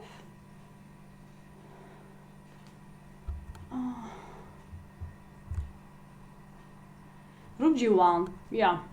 Actually, rook g1 is one of the best. H takes g7 is one of the best, simplest one.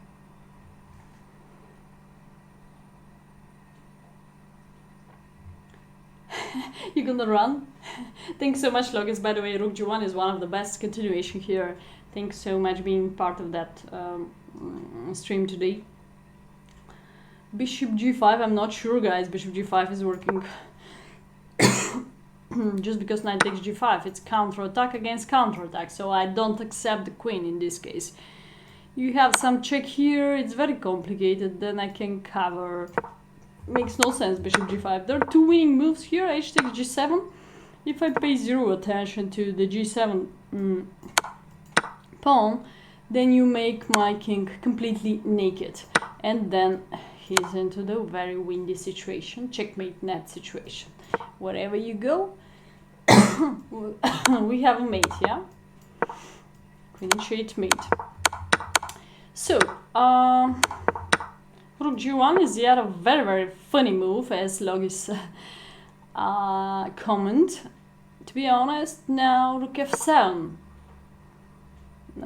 Black has to play, then we can simply capture here. If we're gonna lose the bishop, don't worry, you have just this check. It's a very powerful check. So if you go to this side, you lose the rook. If you go to the other side, I can also capture this way, and finally win the knight. What we have in the end, we have a two pawns up after this trading off. 2 pawns up. No, 3 pawns.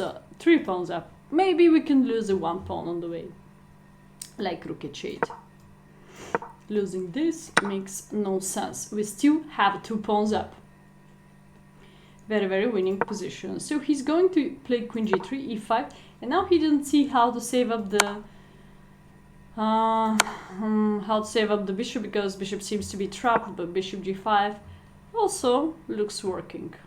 What Danny found that move. It's a great saving up the bishop, but the question is, what's going on if black just keep the pressure and maybe bishop is hanging on the next move? Yes, he cannot accept. Let's look at why he cannot accept. Because the knight will be hanging. Oh. Wait. I hear myself. So bishop takes g7. h7, sorry, and if knight captures, there is a discover attack. That's why. So they will not accept the bishop. The problem is after queen f7, still black is much more better.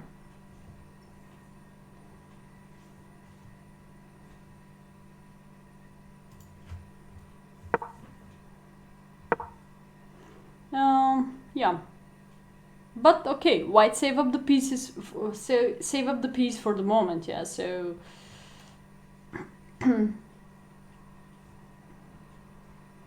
it's okay. I believe it's okay. He captured here, and then he just lose the piece soon. G5 is very bad. Still, he can go to G5, by the way. But again, queen is moving away. Opponent doesn't need to accept that sacrifice, guys. So he can simply keep the pressure. Now piece down, so probably I go to the next game. He trade off successfully, piece up. Fabi, hello, it was on Thursday I announced that in Discord. Follow your Discord messages. You could be in the sub channel.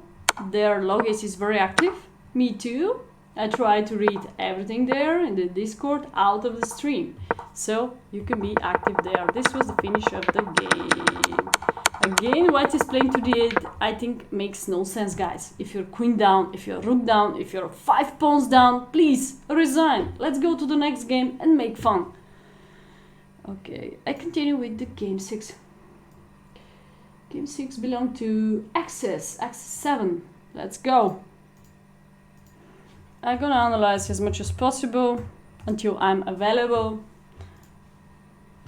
Until somebody is bothering me or something like that. I hope one day I can do longer streams, I can do much better streams during the day, but for the moment I'm not available during the day. I hope I can stop with that crazy morning streams, 6 a.m. my time. Hello, little wet pussy, how are you doing? 24th, he's playing too much, access.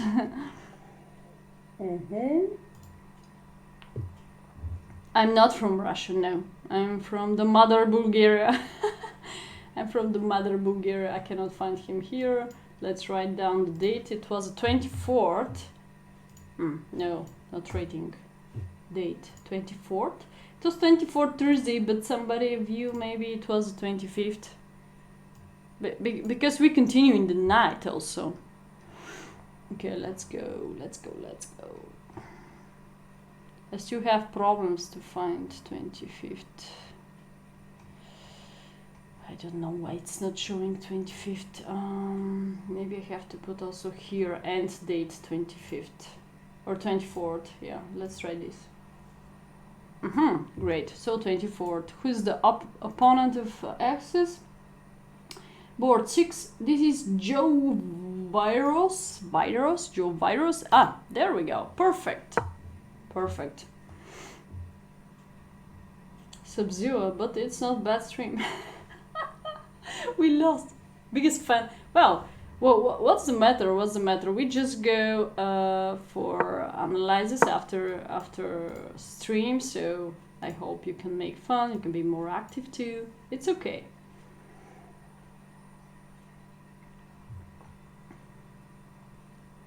Oh, come on, why you talk so much about people behavior? Actually, he's strong player. He said he's having a 2650 on the bullet rating, 2-4 something, no, 2-3 something or 2-4 something on the blitz. I'm not sure. Hey, Giant works. I'm sorry, I was asking you 5 times if you still wish to take a part in the sub battle. Excuse me so much. So sorry if you subscribe on Discord and if me and Logis didn't see you. So we're using that Discord server sub channel for subscribing there. So I'm so sorry. At least I gave you the chance to write down your nickname and blitz rating. I'm sorry, but I didn't see it on Thursday. You were asking me that we forgot about you. I remember, but I didn't see you. Sorry. If you subscribe for the match. Still, you had a chance on Thursday, but you didn't write down. You didn't write down anything when I was asking you. We could add you, it's okay. We did the table, but we could add you. Cezila has availability to add 20 more people or something like that. So it's okay, you could add in the last minute. Because we late a little bit. Actually, all over the world, if you take a part in a serious open tournament, I can say that every single time first round is lating of 1 hour, of 30 minutes, of 2 hours, sometimes 3 hours. It was announced 3 p.m. let's say, and it started 5 or it started 6 p.m. Some people late. They have problems to arrange the pairings. Okay.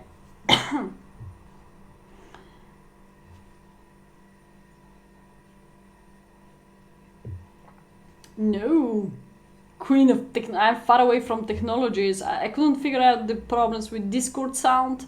I'm still struggling. Maybe it was an OBS problem. I'm not sure. I will contact with this guy, Archangel. He said he could help me with that.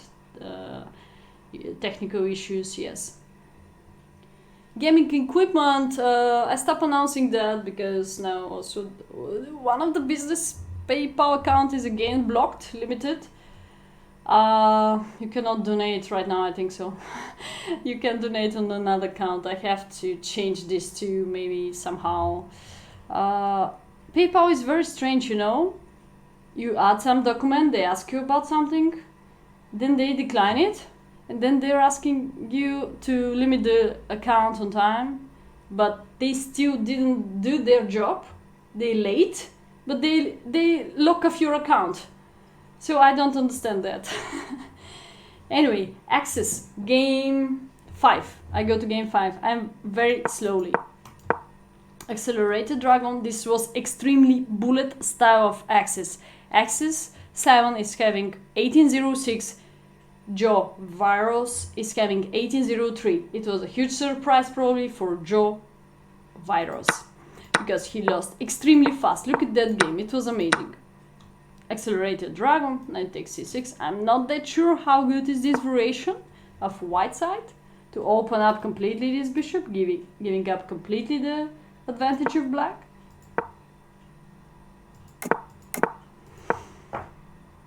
Axis is very familiar probably that he has to push d5 so fast, holding on the center. Now, I'm not sure, let's discuss that move, e6.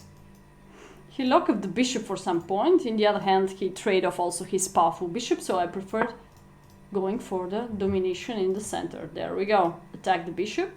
I want to keep my powerful bishop. This is not that great bishop for the moment, just because we simplify, we go to completely different ideas out of dragon. In dragon, you should trade off more pieces, you should go for the potential endgame, but it's not anymore dragon. It's already very, very close to the endgame part. It's not chicken, it's pork. you can look at that on Instagram, yeah. Or, yeah. Follow my Facebook fan page, come to the fan club. Oink oink. It's pork, yeah, I like that. In Bulgaria we say this jolan. I'm not sure the English word about the food. Jolan. Let's search for jolan. Knako, shin. Knako of veal, shin of beef. It's not beef, it's not veal, it's pork. So knako, nako, or maybe the pronunciation is nako.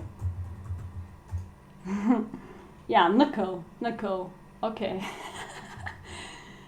Nako, okay.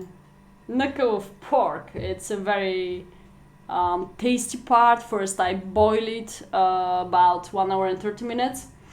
Then I put it in the oven with the little red wine and many black pepper, some spicy stuffs, and a little bit garlic, some sauce. Also I prepare after it's boiled already. And after it, when I put on the top something about 40 minutes, then I put it out, and it's 15 more minutes of each side. And then it's very, very delicious. It's very tasty. Then the bone is out alone, even with the one touch screen, and the bone is out of the meat. So it's so tasty after it. Of course, I like a little bit spicy sauce after it. First, I boil it with a little bit onion and carrot, and it's very delicious. Food chef, what else? A very good table tennis player. Okay, this is the recipe, just so you can enjoy. Some people are not eating pork, I know, but we eat here in my country, so I don't think so. I have to be shy. E5, more centralized. I like that, more powerful move. By the way, thank you so much one more time for the light chess opportunity. Ibiza tournament. They pay my price. I'm surprised. They pay 75 euros so fast on my IBAN, so it's a very, very fast reaction of them. They keep that price front. I'm very surprised, really. They were so correct and so fast working after the tournament. Thank you so much one more time for the Ibiza invitation. It could be next year in November, but I'm gonna be happy. If it's my birthday, took a part in Ibiza Open, I'll be very, very happy. Hope so this Corona will be away soon. Bye bye Corona. Hope so. So, F4. Now he bet on the better placed light square bishop. Okay, he eliminated the only one defender. That's a logical stuff. Very good technique. Very good technique of access. There we go. Actually very easy to win that. just use the pin, there we go, and just come here and just eat this one based on the pin. Easy job. He didn't do that for some point, maybe he didn't know that easy trick in the endgame part.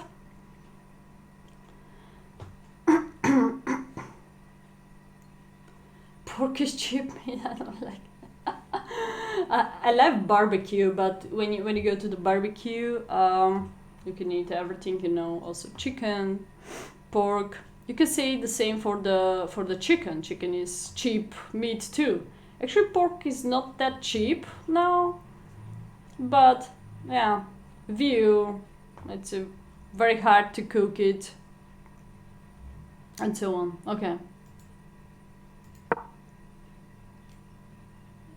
Yeah, chicken is cheaper, of course.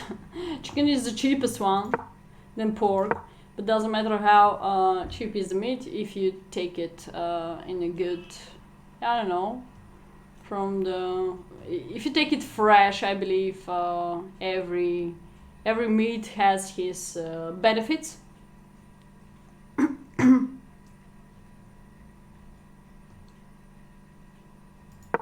Okay.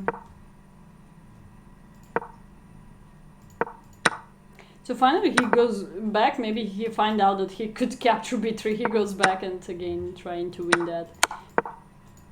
Okay, now it's already winning endgame. Take a second pawn, the game is over. Push. And one more time, black was playing in a bullet style here. Okay, no need king c4, he could direct push if take this one. I prefer to push, because there is no single check right now. If he takes, I just push. There is no way to save up the pawn. There is no way to save up the queen promoting.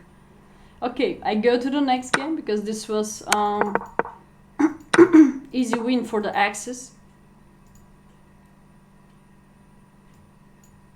It's raining outside. Oh, I don't know what about your country, but here is raining right now. Okay, so he make a bridge covering and he was ready to push. Rook f1, met by rook b1, it's over. Next game, game number 6. Oh no, this was game number 6, sorry. Adam Red Sox 24. Adam Red Sox 24. Game number 7.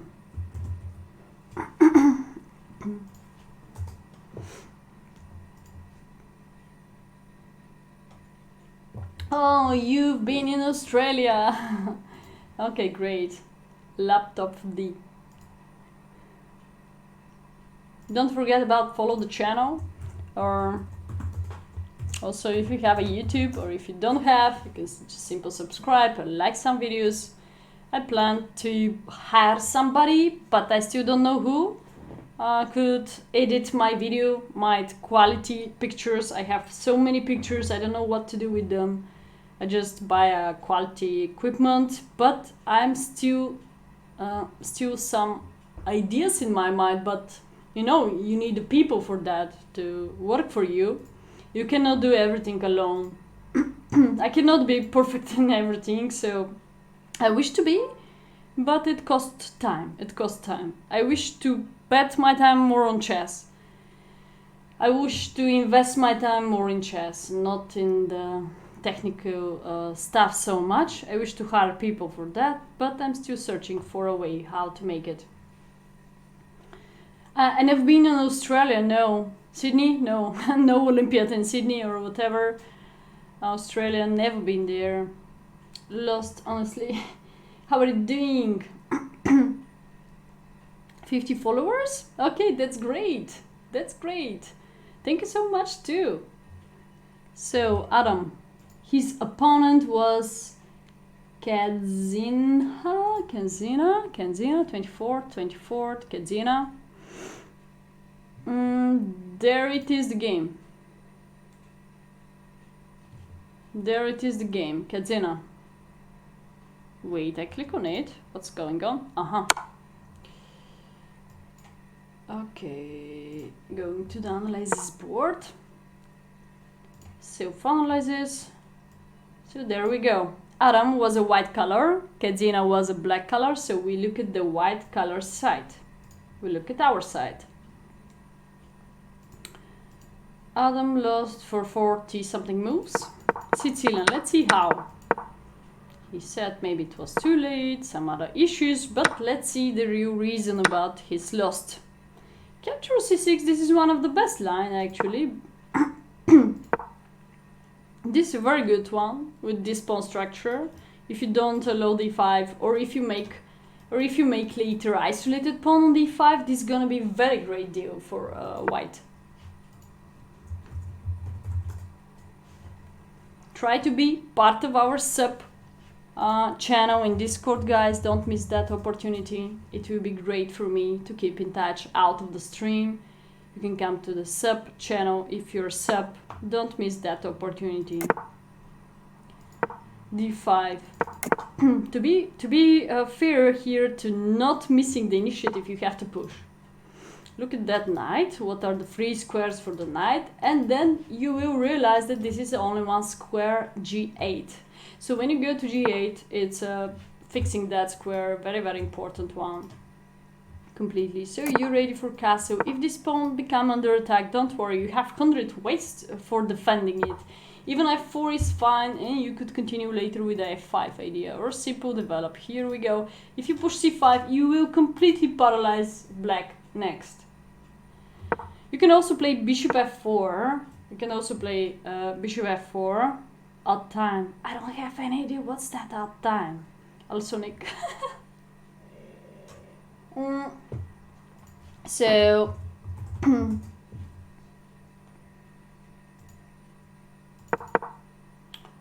I believe this is the best pressure in the center. e5 castle. d5. d5 is not that great, but queen c7, they could stop e5. And bishop e7, castle, and maybe later d5. That's the bad thing here.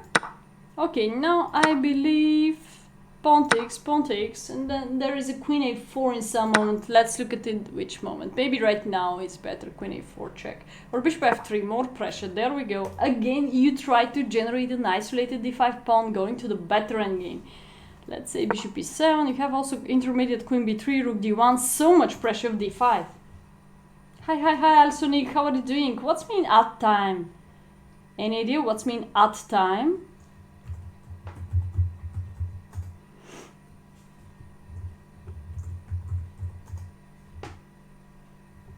I'm gonna spam you.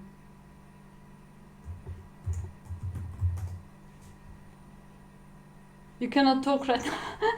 Okay, sorry for bothering you. Okay, queen a4 seems to be good opportunity. Queen d7, rook d1 now. So if trade off, this is still pin on the board. So he's having a great opportunity after knight b6 to capture d5 finally. This seems to be the most aggressive line to me. Because if he captures now, maybe it's not so much. But you can still go to the better endgame, you know, in this way. But maybe there is a chance for black to hold on this. I think you have to put the bishop here, and then put the both rooks here, fixing, attack this, and dominate in the endgame. Put the bishop here, yeah. Maybe potential draw after it. But it's a one-side playing, so you play for a win or for a draw, that's it. And if you're sleepy, this is the best way to continue the game, I believe. To simplify, generate a pass pawn. So he took first, that was the game. That was a good one. Maybe that's a mistake to trade off. To trade off the knights. Going deeper, you can go for the queen b3.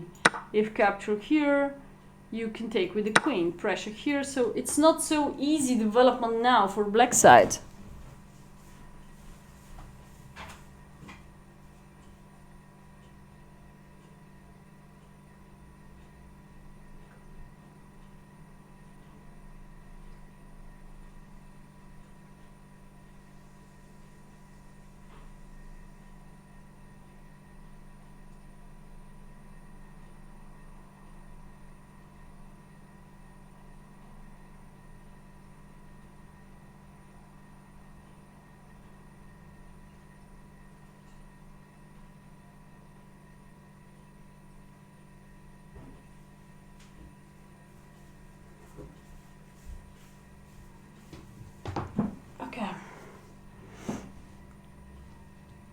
So that's why I think so he could keep the pressure with the queen b3. Let's see, after queen b3, black could play rook b8 or something like that. The idea behind that is after capture, let's say they do the same. Now, nobody is keeping a6. Yes, little difference, but maybe not so little, just because you want a pawn, that's it. You want a pawn. Seems to be fine.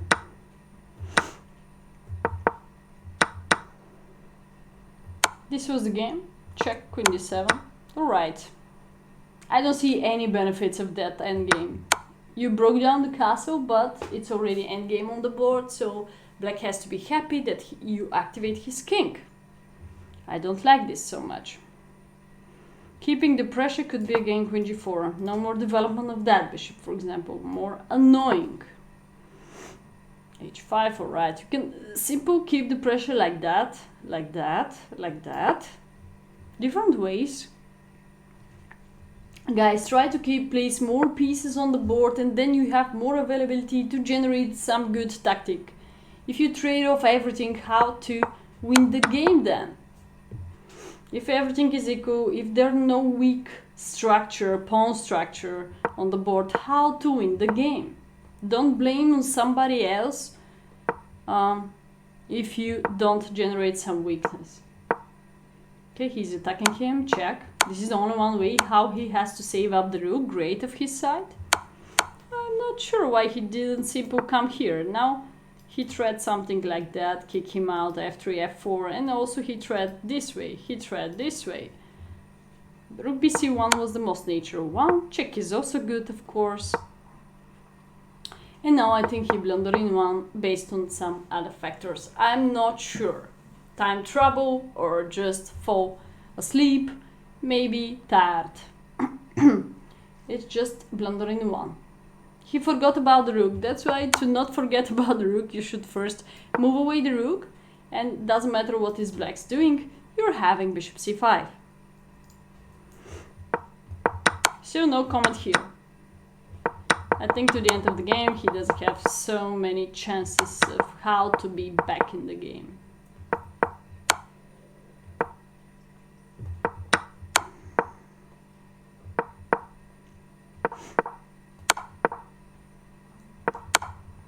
Yeah, let's go to the next game. Game 7, game 8, Raghav 69. Raghav also lost. Let's see how. It's okay, guys. Let's just look at the mistakes. What you did, where are they? Sometimes they're still in the opening part, you didn't do the best. Sometimes they're in the middle game part, you just blunder in one like Adam did it. Game number 8. His opponent is his opponent is Joa OFTB. Joa OFTB. Who's that guy? Joa OFTB. This one? Yeah. 41 moves. Let's go. Thanks so much, Raghav. It's important to be part of the team. Not that important the final result. We're gonna improve that next time. So you've been black. Joa FTB is having 1680.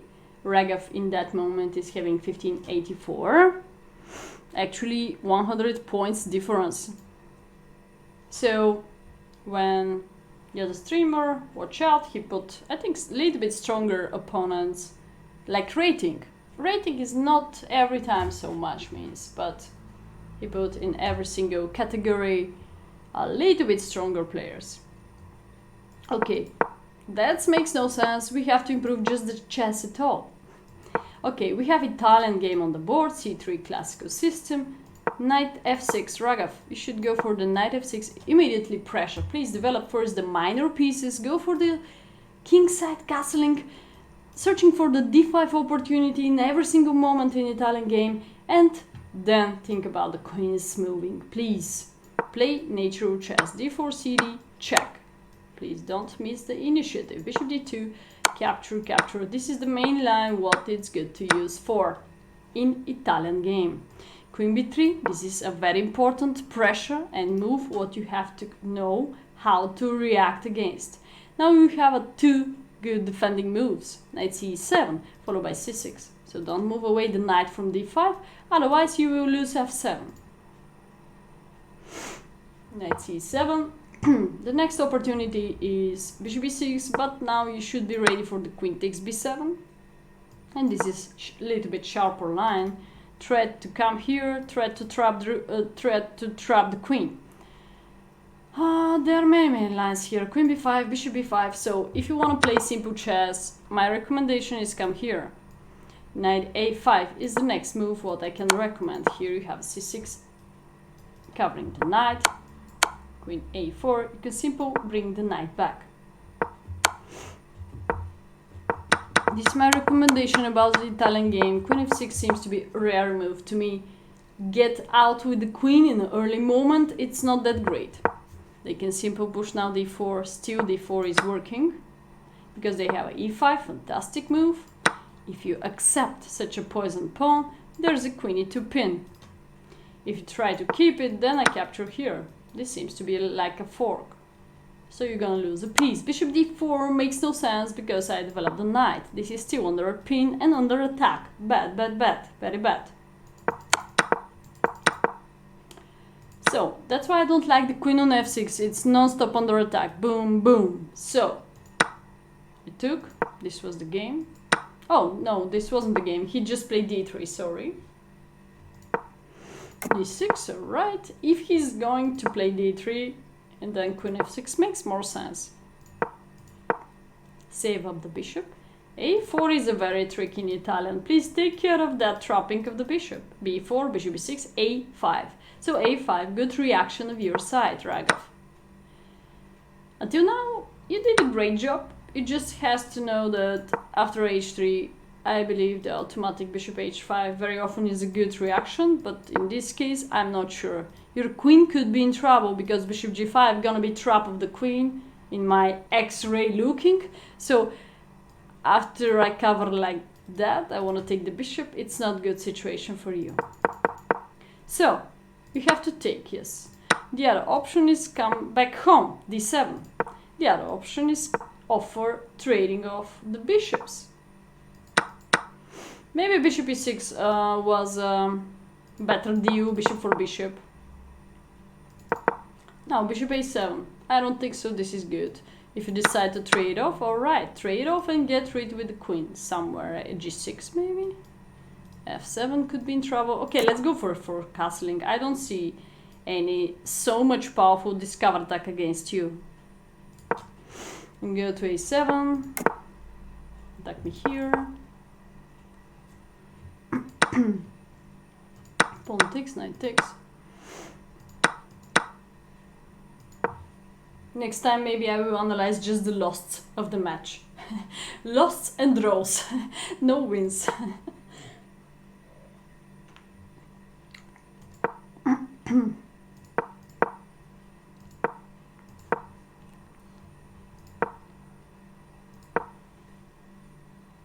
Okay, rook b7. Yeah, step by step you have problems with that. Actually f6 was a bad idea to play off. Oh, you blundered this pawn, okay. What is still playable? Maybe queen e6, queen b3, pressure here. Something like that. Or waiting for pawn takes and then you can go for f5. And then g5. It's already very bad. Maybe this move is bad. Because you go on the way. Come on, this is terrible pain, you know. Yeah, 97, I really don't like it. We could go direct to the attacking of the weakness, so pay attention to the weakness of the opponent, so try to put more pressure on them.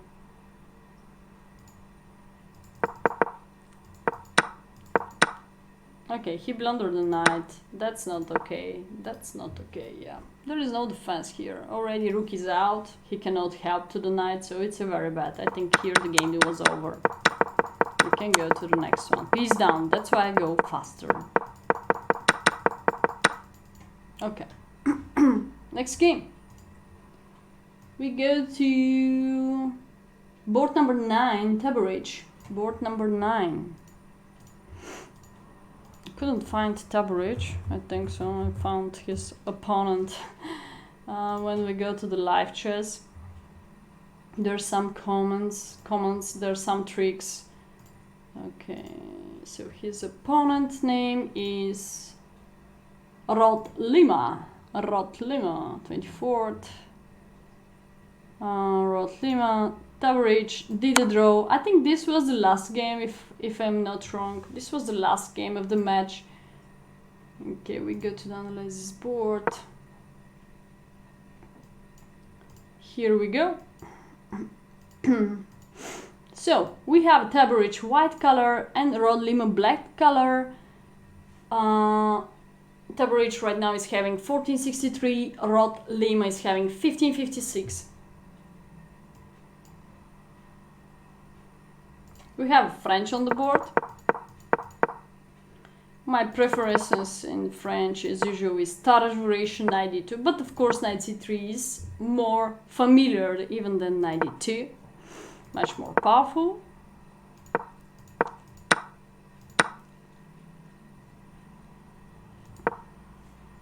Now, I believe more aggressive continuation could be f4 or queen g4, but I'm not sure what he knows, like opening part. So, queen g4 is another attractive move. Or I like most of the French defense to make more pressure in the center with my pawns, to be fair. So I prefer first pawn in front and then knight f3 and then completely play against f6 move. So now I'll pay almost zero attention to the f6 pushing. I can simply continue my development like g3, fianchetto, or bishop h3 and then castle. So it's gonna be completely domination in the center with such a powerful pawn structure like f4 pushing. I can also capture, and now if you take with the knight, alright, I stop knight e4 and again I dominate on here. I never allow e5 one more time because my pawn is here. This is another way how he could continue.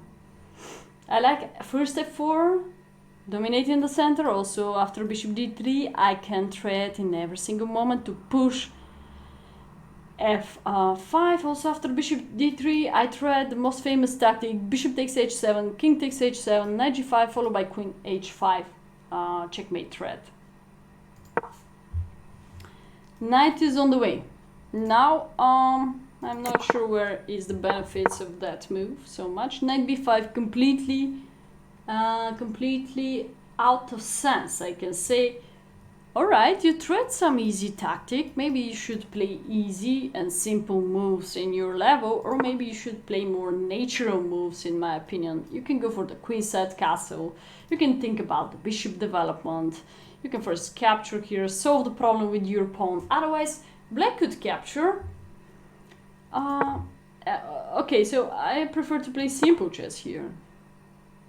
You can go for the bishop d3, c5, maybe castle, c4, or go back. You waste the tempo, but I'm happy with that tempo. Next you can think about h4, knight g5, some king side attacking. Most of all in French you never attack on the queen side part. Black is attacking there. That's why I'm not sure about the knight on b5. Seems to be a wasting of time to me. You jump there and now the knight on d6 is a little bit in trap. So for example I can take here. If you take with the queen, you've been under attack. Next I just take here and take the knight. That doesn't matter where you go. I take here. If you take my bishop I have intermediate check and take the knight. The game is over. So the fact that your knight is on d6, it's a very, very bad placed piece, because I can simply deflect the pawn with f6 or just sacrifice the knight. As the only one defender of the knight on d6. So knight on d6 is a little bit in trap situation.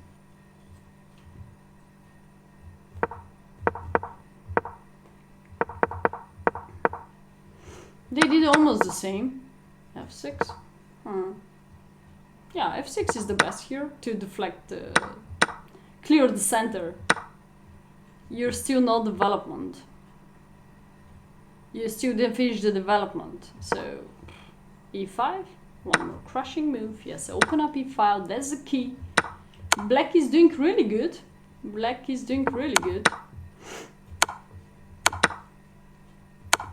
Maybe now. I prefer, if I'm black, to keep the queens on the board or improve the pressure. Maybe knight g4. If you take, bishop will be under attack. Wherever you move away, I take a step here or you lose this. If king e2, I take and capture f2. If rook d1, I take and step on c1 or c2. So you're gonna lose for sure something here. It's very bad. There is no way to make castle too. It's a very bad, yes. I think it's based on the opening part mistakes. You just go for the knight f3 variation where it's not that clear. If you have a f4 in that moment, then maybe you can think about that maneuver, knight b5, knight d6, because with f4 you also support the center. You generate like pyramid in the center, so it's a very solid structure. I like really f4 variation. Tarash is the variation what brings to me so many points for white side. Knight d2 line. And I think it's much more simple comparing to the knight c3 line. With knight c3, bishop b4 line, too much theory there. Okay, he trade off. That's a favor to you. That's great.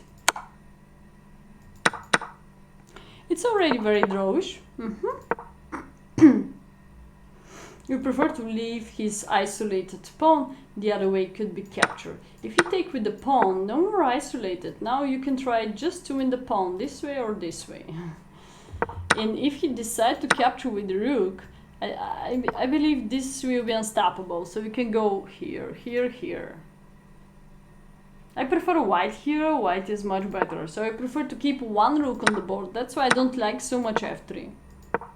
You don't lose the open file after you trade off, because you keep that important squares by your king, yeah? There are weak squares around you. He can step here, here, here, but when your king is enough good centralized, it's okay, you can come here. If rook b4, b3. If rook a4, a3. Very, very simple endgame.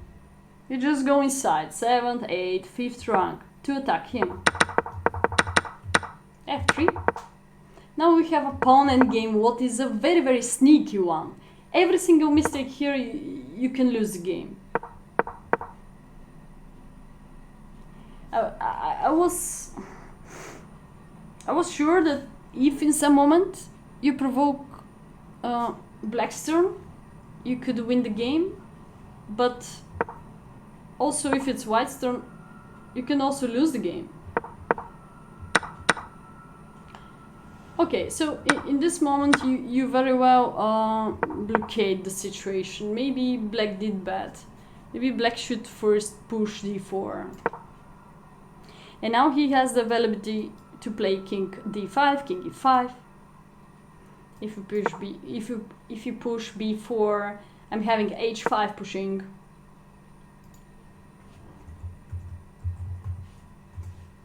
I'm having h5 pushing. If you push h4, yeah, this is -10. Oh my god, this is lost for you. Wow. One more interesting endgame, yeah.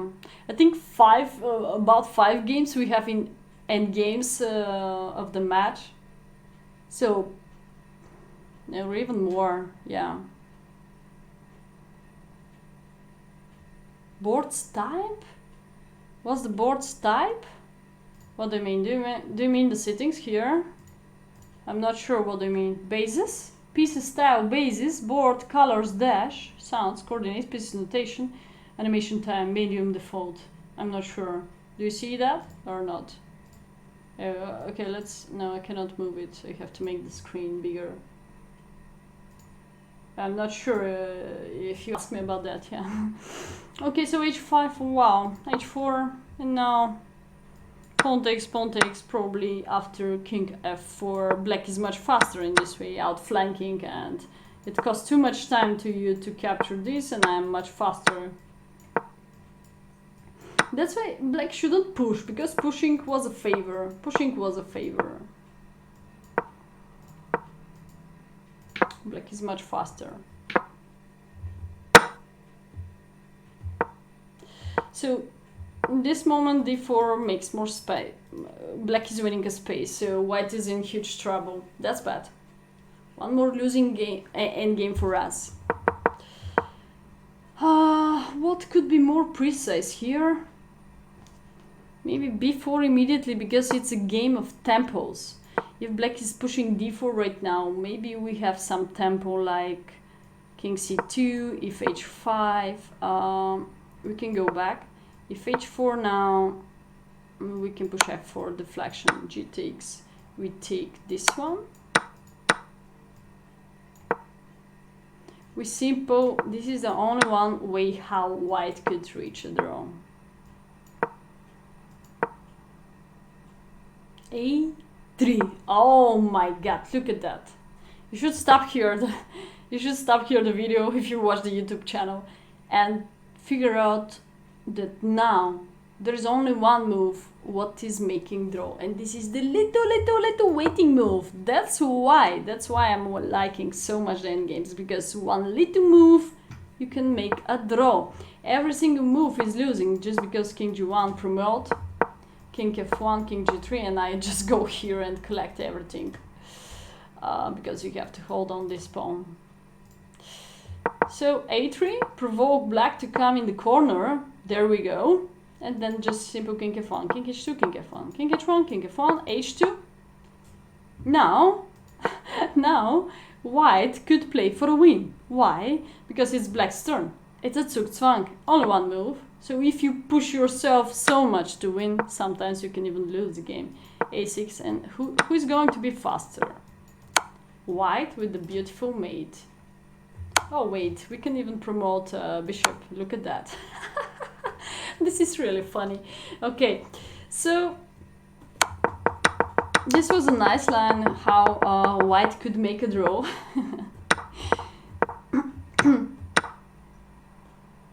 But it's a very teeny moment, very teeny technique that you should keep a3 like last moment to push it up. So keep pushing for the little end of the game. a3 now too early. So b4 gonna be winning of space. This is the more precise move. One precise move, you can try to make a draw. Like leaving a3 for later. And during that time you can make some, you know, some triangulation, keeping the pressure. Provoke him to push. Okay.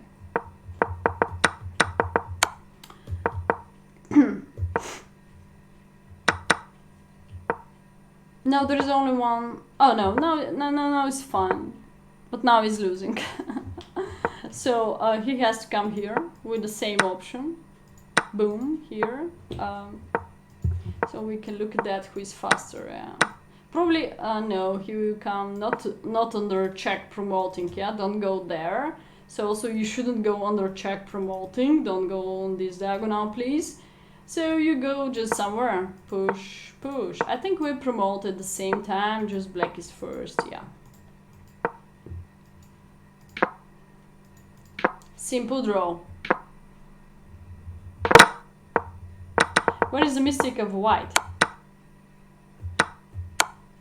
He just come here. Why this is a mistake? Because black could win a tempo. If you come now you're under Zugzwang. So here the correct move was king d3, automatic, go here, go here, go here. And if king g3, if they try to be tricky to take this as fast as possible, you can push here.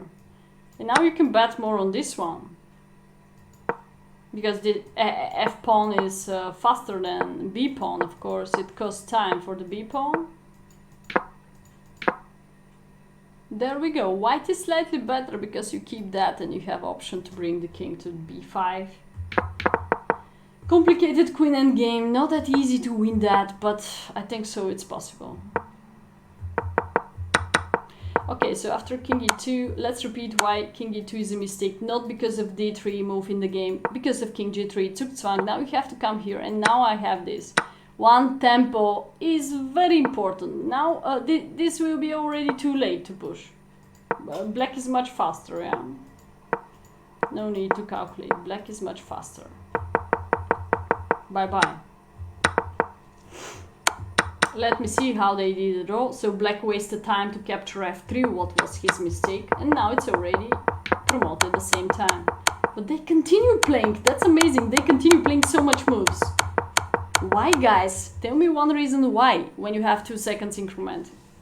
You can play 5 more moves maximum. If you see that your opponent cannot lose on time, then makes no sense to continue the game. Just offer a draw, it's more fair play. Okay. Thank you so much for the game. Tabarich. Yeah, oh yeah, I remember why Tabarich continued playing. Yeah, because it was the final game, so we were fight for a win. Yes, I remember now. Makes more sense then. Oh, he had 30 seconds. Even if he has 10 seconds, it's completely draw. Bernie B, I go to game number 10. Bernie B.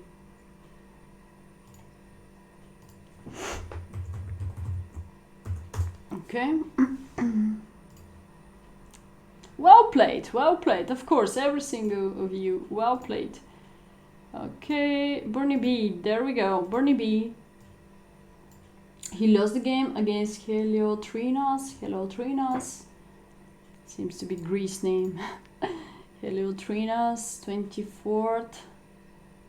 Heliotrinas, this guy. A little bit different nickname. Here. Okay, 70 moves game. Game number 10, 70 moves game. Let's see why. And what we have to improve next time. English opening again seems to be Brazilian players likes to play so much English opening. Right now we have 1395 of a white side, Heliotrinas, and we have 1214 for Bernie B, like, yeah, more than 100 points difference. Here one of the best constructor, I repeat, we have a similar English game before. We have bishop b4, one of the best line, and then eliminate the knight, and then try for making castle d6 will be fine, followed by bishop g4, bishop f5, or even d5 if you have this availability. d6, you close your own bishop, so now fianchetto is not that great, so for the bishops, guys, we need a space. Queen d7, put the queen on the way, so you block this bishop, you block the next bishop. Come on, don't play for him, play against him. Alright, so I don't like queen d7 so much. Queen d7 I prefer g6, bishop g7, castle as fast as possible. Save your king, this is the first factor of chess. Safety position of the king.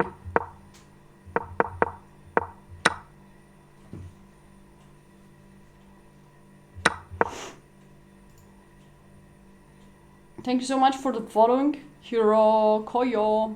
Forgot to turn on the sound when I update my OBS. Oh, the settings were changed and now I'm struggling. I lost so much stuff. Sound. Let's write down OBS sound. Somebody follow or sub or whatever.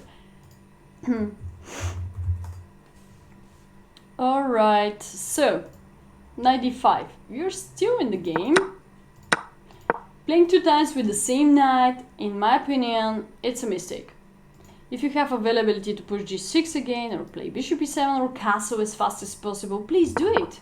Queen on the way, don't do that. You can do first bishop f5, then queen behind the bishop with potential bishop h3. Makes more sense. And then queen set castle, if you'd like to play like that, makes more sense.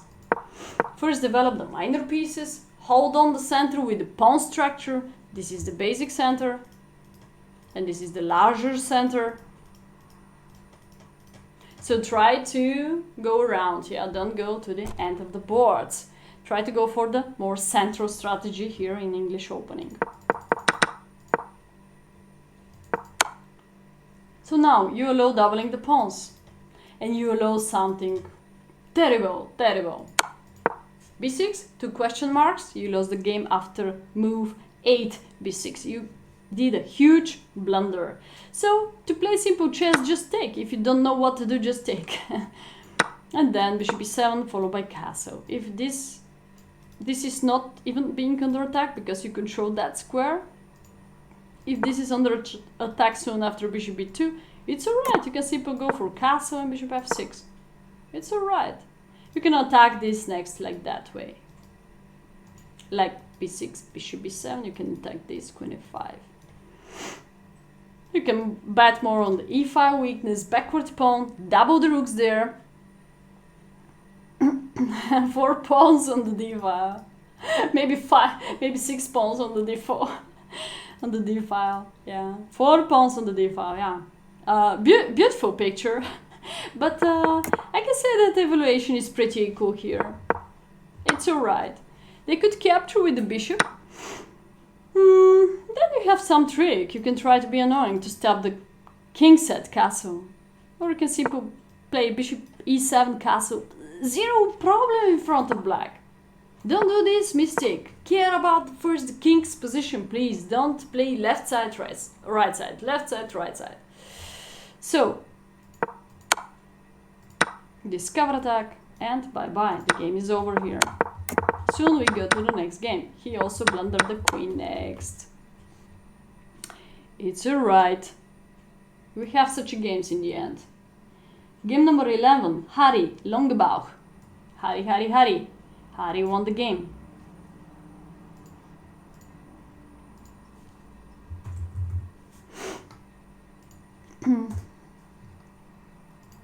Game number 11.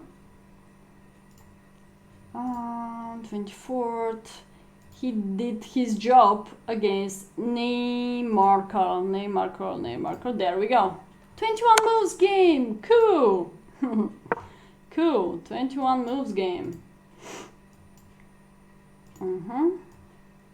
There we go.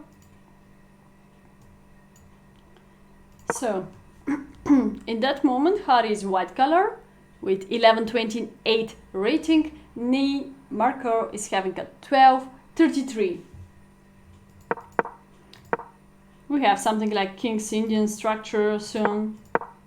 It's like Tarash structure already, g6d5.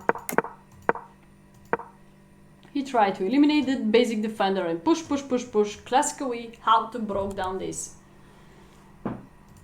Most of all, queen set castle, but he doesn't need to hurry up. He can start pushing h4 too, I think so.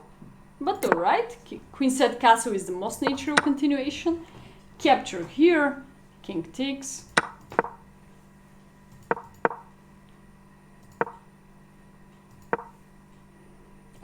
Oh, I remember that game. Harry forgot to take the bishop. I'm sure that he just forgot to take the bishop because this is attacking here. He doesn't need to help him to capture c2. He could simply eliminate the bishop. This could be the most natural continuation, f3. Completely block the knight and ready to push. There we go. Of course you try to open up, so at the moment when your pawn reach h5, you try to open up, bring the queen and potential mate. I think he completely forgot, so g4 we can say it's a blunder, and after bishop takes c2 he make the game more exciting as it is, as it was, as it could be. Okay, bishop a4. Maybe Harry could sack bishop g2. No, knight e4 is very unpleasant move. Knight e4. If knight captures e4, there is the bishop takes e4, attacking here, and threat unpleasant capture on a2. I don't like this so much. So if you move away the rook, the game is over. If you play f3, again, the game is over. Seems to be made soon, you know. Not that great. Not that great news for us.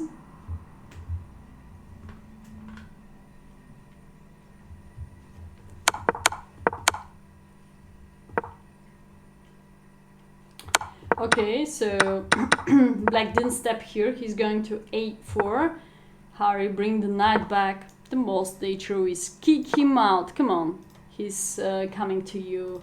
Still c2 is dangerous. Still a2 could be under pressure. So urgent b3. When he move away, then you can continue with pushing up. At f3, he's doing like a turtle way, but maybe it's still working. Bishop g2. No, it's not that clear, but again, this move is very, very powerful. Deflect the knight. Why? Because a2 is hanging non-stop. a2 is hanging non-stop. Now black is very slowly, really. He has to hurry up to open up c5, like c5. He has to hurry up to deflect the knight because of a2 weakness. So different ways to improve the game. Bishop b5 very slowly.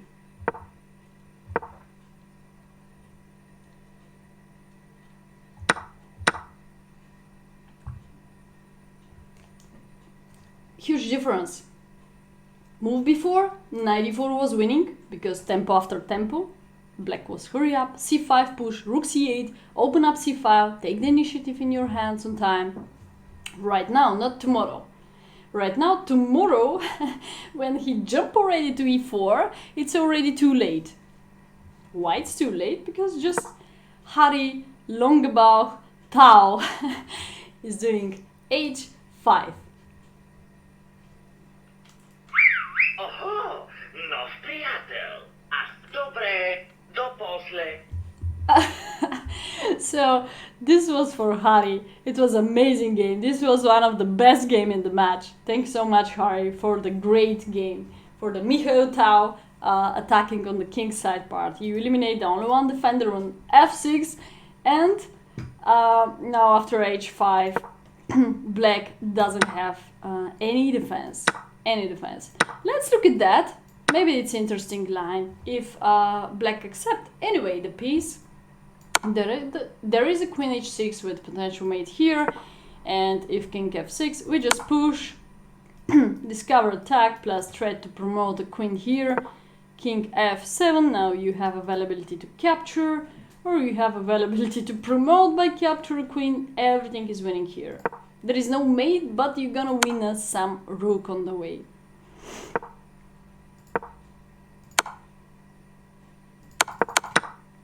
He didn't accept the knight, he come here, and now he's already over the game. Thank you so much, Harry. Very good game. 10 points for the Harry's game. The only one mistake was that he allowed bishop takes c2, but after it he did an excellent job.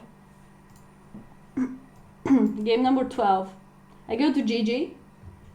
JJ 1988. JJ is my age. JJ 1988. Easy to memorize.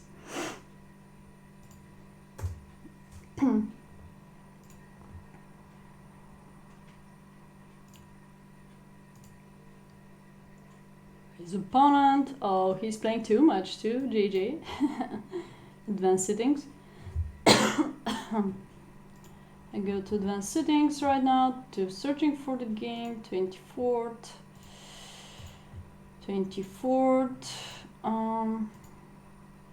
Yeah, again. Wait, 24th. Why I cannot? Oh, alright, search. So his opponent name was game 12, Jordan OFK. Jordan FK. Cruise chats, thank you so much for following. Thank you so much. Jordan, somebody Jordan. Jordan, this guy. Alright, 31 games. 31 moves game, sorry. 31. Game 12. Oh no. Wait. GG lost. Here he won, wait. What's going wrong? Jordan? They play several games? What's that? They play later? Are they playing out of the stream with the same couple each other? Because JJ lost in the match. Oh my god, he plays so much. On 24th. I cannot find the game. Is he playing so much this day? Giordano Okay, but he lost the game. I found the game how he won against the same opponent. I found this game, Jordan. Giordano FK. Oh, no, he lost here. So, yes, he lost here. Wait, Giordano FK. Oh, no, he didn't play later against him. 31 moves game, yes. I still sleep. Still sleeping. So JJ is black. That's what makes me confused. Yes, JJ is black, so that's why he lost. Yeah, it's 1-0-1 result. There we go. Okay, so white won. Yes, JJ was black. Let's look at the game number 12. We have a Sicilian. We have Cano mainline. Could be like Rossolimo, but it's Moscow variation also, calling. In chess.com they show us Cano mainline. It's more like Moscow variation.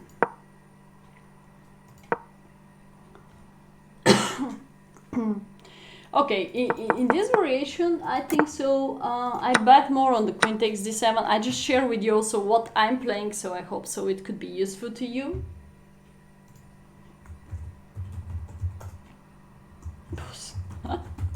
Books.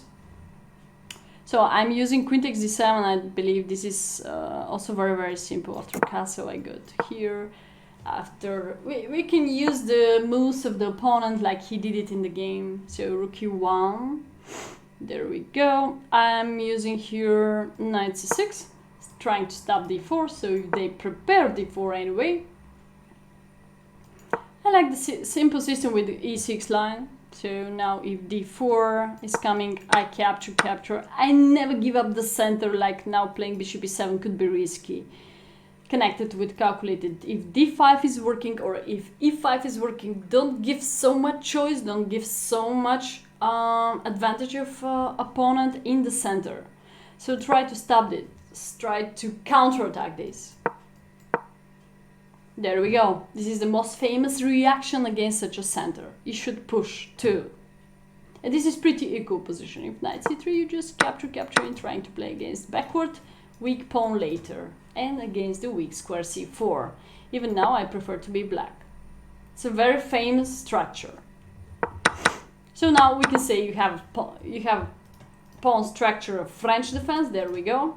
And the only one who is having a weak structure is white. The pawn on c3, backward pawn. So this is a very famous reaction. And one of the main line. If white didn't push d4, what he will do then? If he didn't push d4, if he's using d3, yeah, he can use that maneuver. That's also another famous way, but then he doesn't have anything after opening part. And you can start thinking again about pushing d5 later, much later. Prophylaxis, knight g3, you can activate the rook to rook f d8, maybe the other one here, and also you can start pushing b5, b4. This is more famous reaction. In d4 could be met by d5. Now you have this maneuver, trade off. It's a holding on the position of every single side. Again, French pawn structure, so next step could be put more pressure on the pawn d4 in this way. Okay, I didn't say that knight takes d7 is worse, it's also great alternative move. I'm not sure about the e5 is so great. You can continue now with the dragon structure.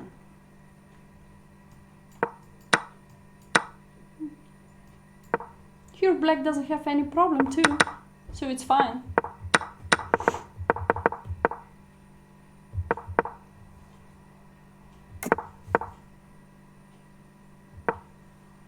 Okay, so I think GG hurry up too much, like somebody of you also hurry up too much. Guys, patience. I know that you play blades, but don't try to win so fast, especially when you're black.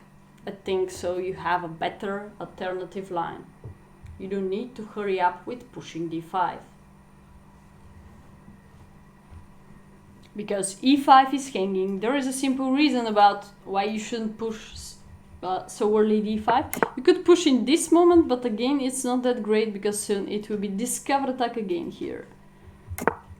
You have to be completely ready with the this protection, something like rook e8, if knight f8, bishop f8, next queen c7, and then you can think about d5. Slowly, despacito. Despacito, my favorite song.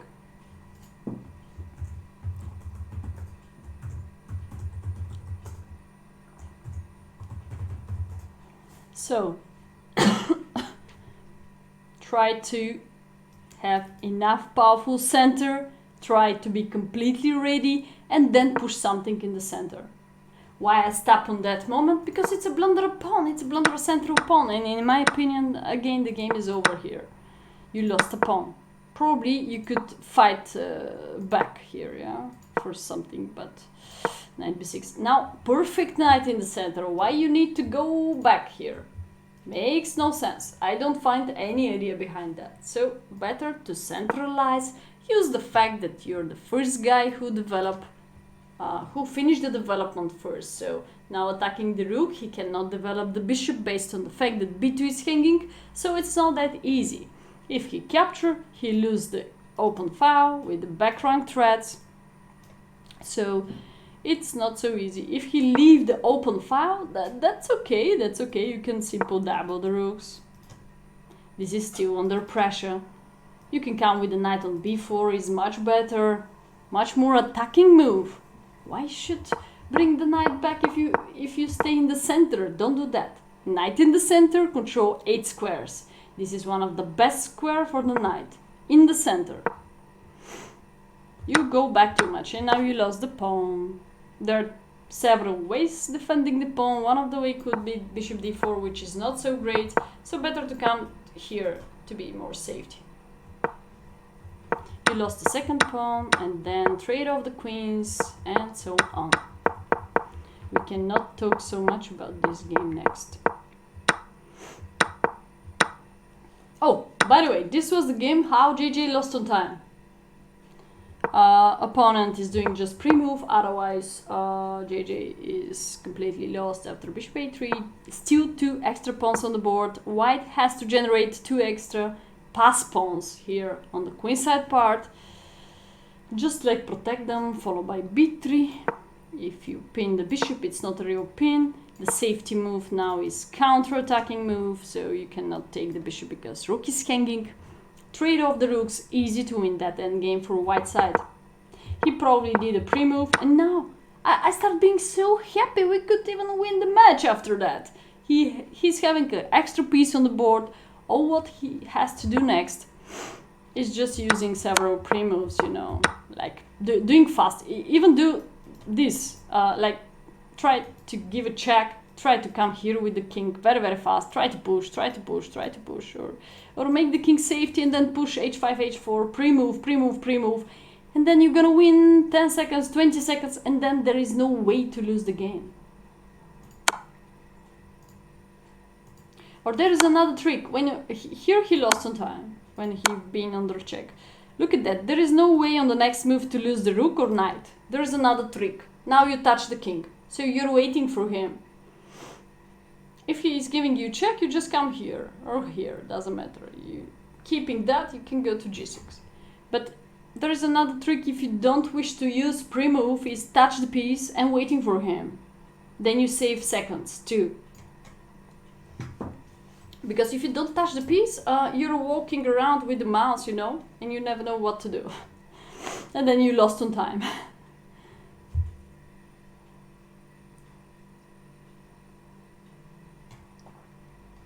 This is game. Hey, how are you doing? Thanks so much for following. And this is game 12 of JJ. How we had an extra piece on the board and how we lost on time. So I tried to give little recommends how to not lose on time next time. So just play something. There is no way to lose a rook or knight on the next move. So even if you play pre-move king g6, there is no way to lose any piece. Just a pawn and pawn, but doesn't matter your extra piece. It has to be winning.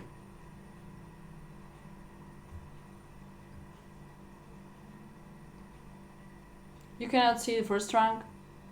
What? Are you sure you cannot see the first rank? It's very bad if you cannot see the first rank. Let's figure out.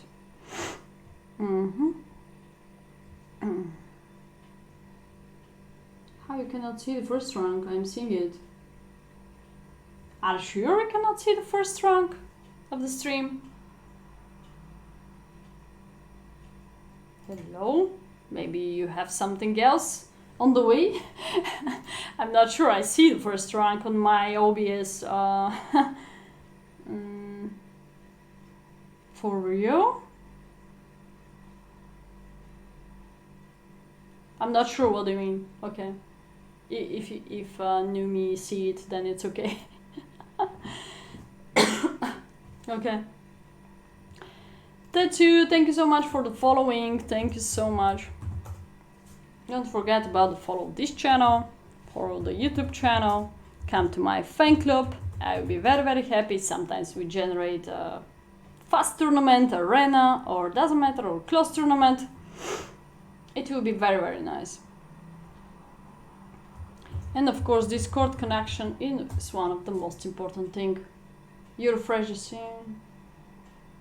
Oh, yeah, probably when I'm searching for the opponent, it's not that clear the board, and then I go to the analysis board and so on. So I'm explaining how you should. There is no way to lose that game, guys. If you just do pre-moves next time, even let's say he took, you go for king g6 on the next move again. There is no way to lose rook or knight. You can simply come here to save up the rook on the way, or you can simply push h5, h4, or you can simply give me a check pre-move. Many ways how you could make a pre-move and save up the game. Not only save up the game, the easiest way here is come here, take this and push this to the end. Jump with the knight, but the easiest way is keep the king out of the checks. There is a way to lose the game if he's giving you some check and then you lost on time. How happened in the match too. I go to the next game. That's very pity. I go to game 13. Flaminga Kama. Last 2 wins, yeah! Flaminga Kama. Okay, Flaminga Kama.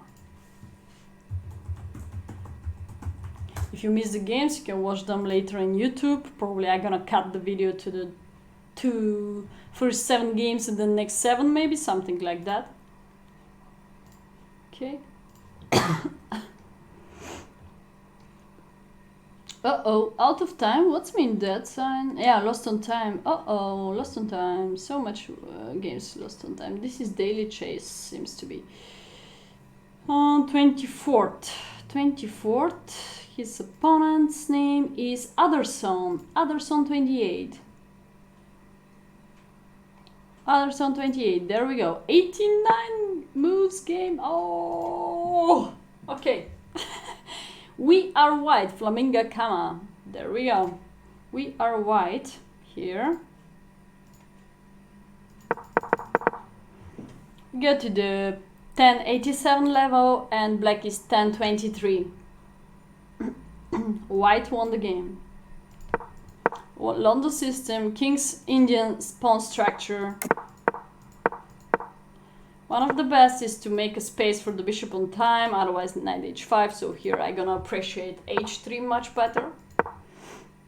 Yeah, that could happen if you don't go for the h3 on time.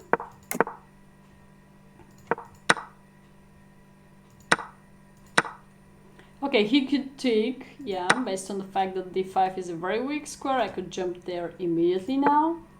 He didn't do that. I prefer knight d5, immediately pressure on c7. After knight a6, then I can think about centralize the rook. So I control the tempo, I control the game in this way when I'm the first attacker on the board. e4 makes no sense if you anyway have full control right now of d5 square. So you can try to make some other maneuver with this knight, for example, is not that great place. So you can maneuver the knight here, here, here. Or You can maneuver the knight maybe also to e4, or after maneuver the knight you can play bishop f3, different options. You can decide to play also b4, b5. Another fresh idea. So full of ideas, guys. Don't limit yourself that there is only one variation of what is winning on the board. Push! Trap the bishop! There we go! Okay, so this was fantastic winning of the piece. Last move of black seems to be zero attention to the b5. He still has a chance to save up the piece with knight f8. Go to d7. But white dominate on the d file too.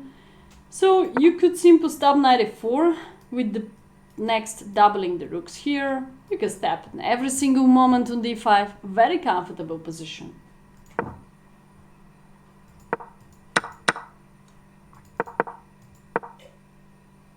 Let me see how he could win faster. Not in 89 moves. He played really great until now. Next step, simplify. There we go, how we could win faster. You can go for the rook d1, but of course you can try to win something on the way based on the pin. So you put more pressure on f6 and more pressure on c7. This seems to be like double attack to me. So if rook d6 or if rook f8, you can simply take it one more pawn. So collect as much as possible, simplify, trade off pieces as much as possible. Makes no sense already to finish the development. This is not finishing of the development. This is a little bit empty move in my opinion.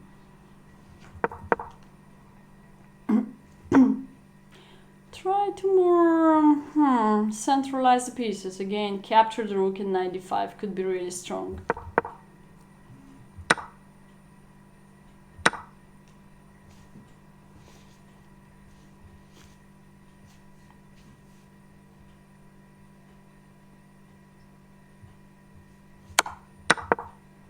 Okay, he simplify. Now again, get rid from the old troubles. All troubles, you could simply capture here.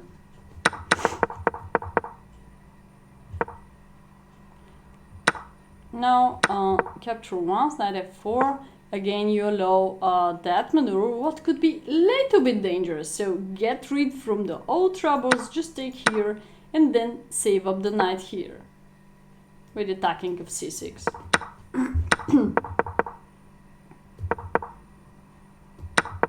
I was worried about him to blunder something because of the level of 1000. In every single moment you can blunder, opponent can still blunder. So now I don't find the reason why he didn't take a free pawn. Just eat, open your eyes to eat free pawns. He maneuvered the knight to the better square, but he forgot that he has to change the pieces, knight for knight. He already received such a great compensation, you cannot step on a1 because of the a pawn. By the way, soon he blunder, terrible. Boom! Another critical moment in that game. He just blundered the rook, and now the game is over for white. Can you imagine? Can you imagine? Now the game is over for white. Such evaluation, such evaluation. I mean, here no comment. White is still winning. Instead of winning the rook, he just lost his rook. So now the way to stop that pawn will be this way. That's gonna be a free road. Or even if he pushed, there is enough time to stop the pawn. You just go behind. And now you just take it. Well, they have possibility to keep it, but you just bring the king first, please. Pay attention to the next pass pawn and then attack this one. Try to be in the square of the pawn and then attack the next one. So we go back to this blunder. It has to be amazing win, but also he blundered too. Instead of simple take the knight, bishop b2 followed by push, push, push, the game was over. He blundered the bishop and again the game is over. So several times the game was over. One more free pawn. Probably already in a huge side knot. No need to sacrifice if you can win the pawn in this way.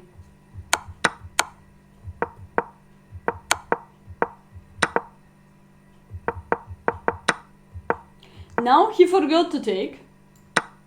And now become, again, very interesting. Queen against queen. Why? Why you make the game? Why you make the life more complicated as it is?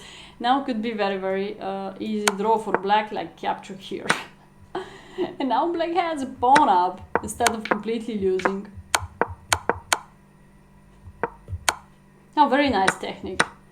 The simplest way is queen e5. Boom, trade off the queens and then win the game. Push. Great, finally, good job of white side.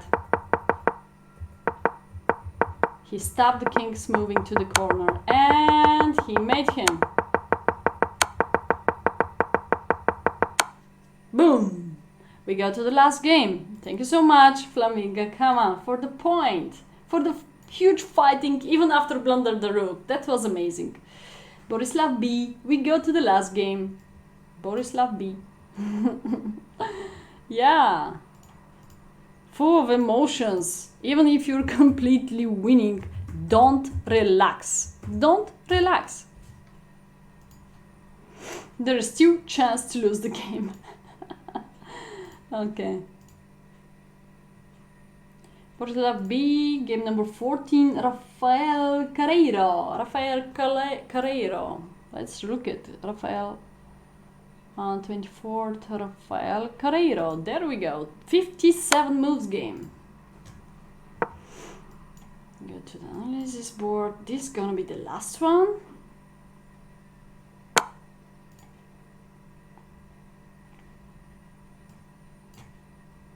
So Borislav B. Just a second.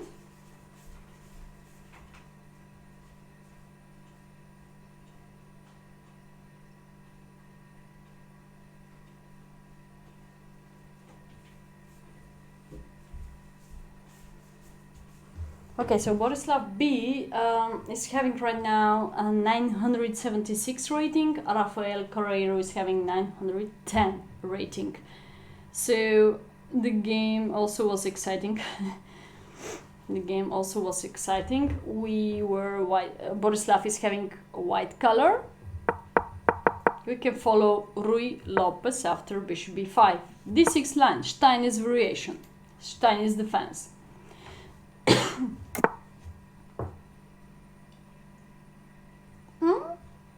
One of the best is castle and as fast as possible pushing d4. He chose d3.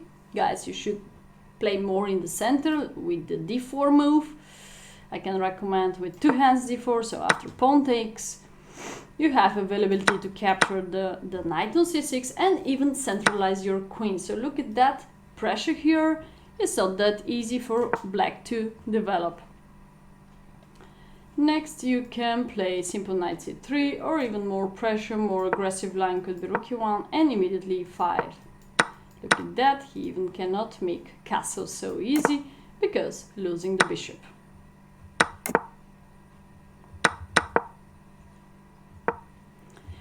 If you want to play more natural, you should choose the variation with knight c3. Next you can choose this line or centralize both rooks here. Very comfortable development.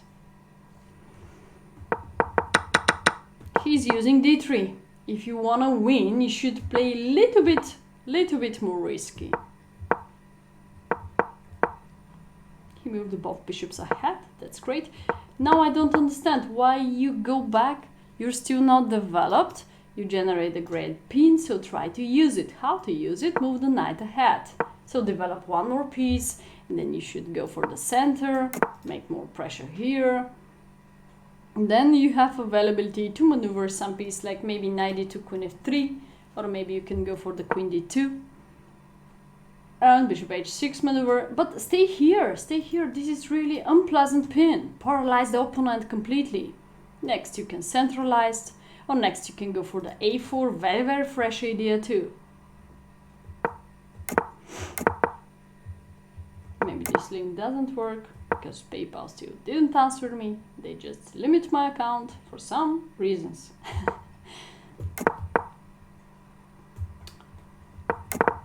Okay, so bishop e3, knight g5, Now, I think so again. So we go to g5, very active square, then we go back.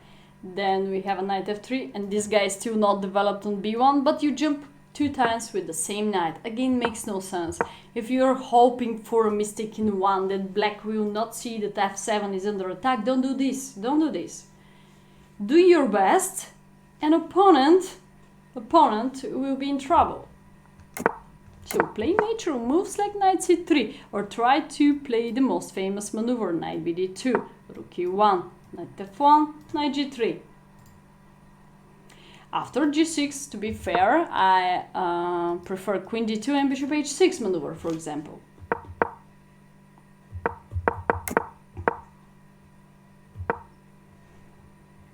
So, queen c2.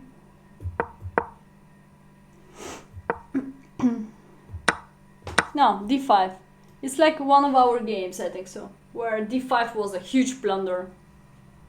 d5 was a huge blunder because of giving up that pawn. Please open up your eyes, guys, if the pawns are well protected or they're not. Yeah, it's very easy. It's very easy.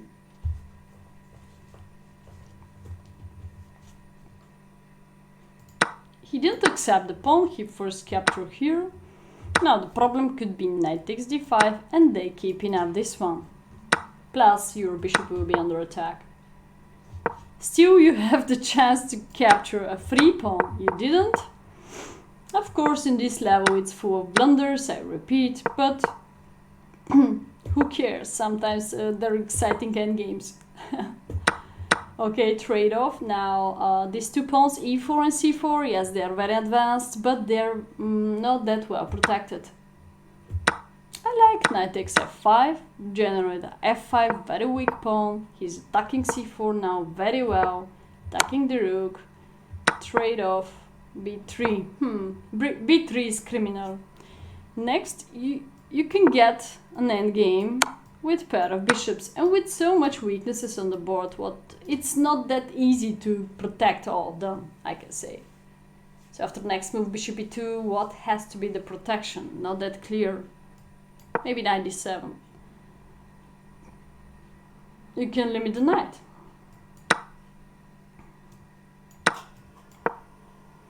You can attack this one behind, and so on. When bishops are behind, where there's pawn majority on the queen side part, 3 against 2, I think it's very easy to win this endgame. Of course, activating the king in every single endgame will be the winning strategy.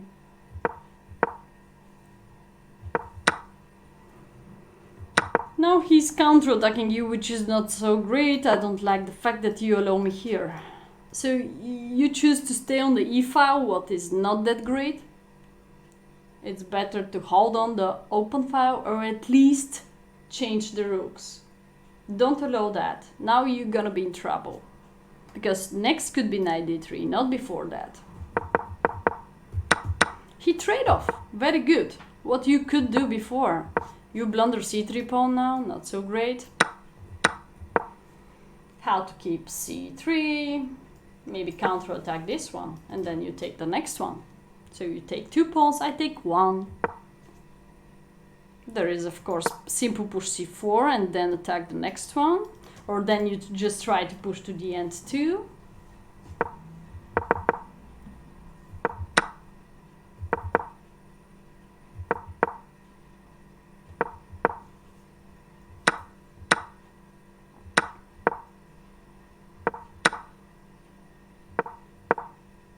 Piece down. Why he sacrificed? Somebody will ask why he sacrificed, because anyway the next one, unstoppable pushing, is coming.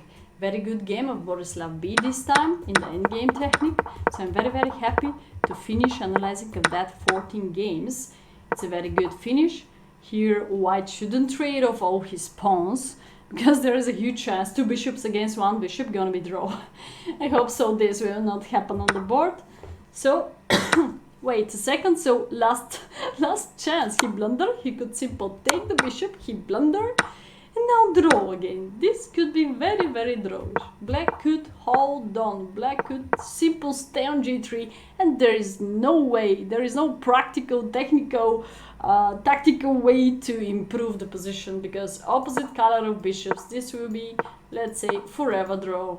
Black just keep the pressure like this way, and there is no way, because opposite color of bishops again, I repeat.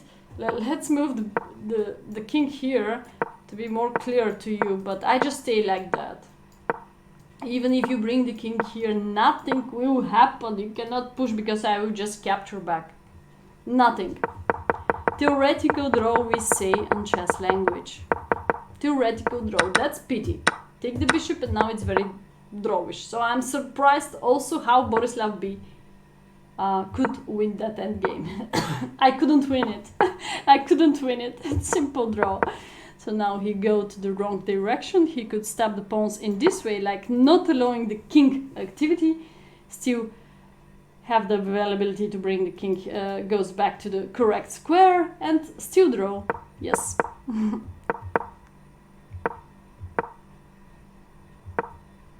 Now again he choose the wrong direction, allowing g6. If bishop f8, not allowing g6, easy draw. If h7, come back, g6 here. Again, if black fix him on the dark squares, it's gonna be theoretical draw. Very, very funny endgame. Last mistake of black was a bishop h8, and now finally the game is over. Great fair play of black that he resigned. Some people didn't resign on time in this match, so little recommends resign on time. If you have evaluation of rook down, please resign on time. It's more fair play. Okay, what to say? I can say thank you so much for the availability to analyze such interesting endgames and games. So I think we had a great chance to win the match with a little bit more fighting spirit, a little bit more technique, a little bit non-blundering way. We could find a way to win the match. I hope so next time. Tomorrow's stream probably will be just playing. Just playing in the morning time. My time gonna be the same time, 6 until 8 or 9. 2-3 hours duration, and hope so you can make fun with playing bullet or blitz against me. That will be great. Wednesday, be ready for the classical. Be ready for the classical Simul 60 minutes plus 10 seconds increment. I believe many people can take a part in it, because it will be more for the subs. If you're a sub, you can take a part in the Simul. I never play until now against more than 10 people, so it will be great opportunity if you take a part in it. And I think so, yeah, I think so, it could be great. It could be great, I'll be happy.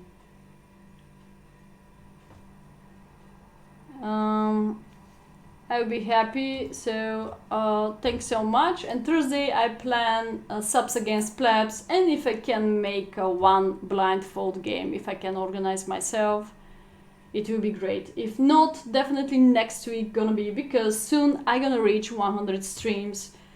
It cost me too much non-sleeping streams, so I will be happy to show you my blindfold chess.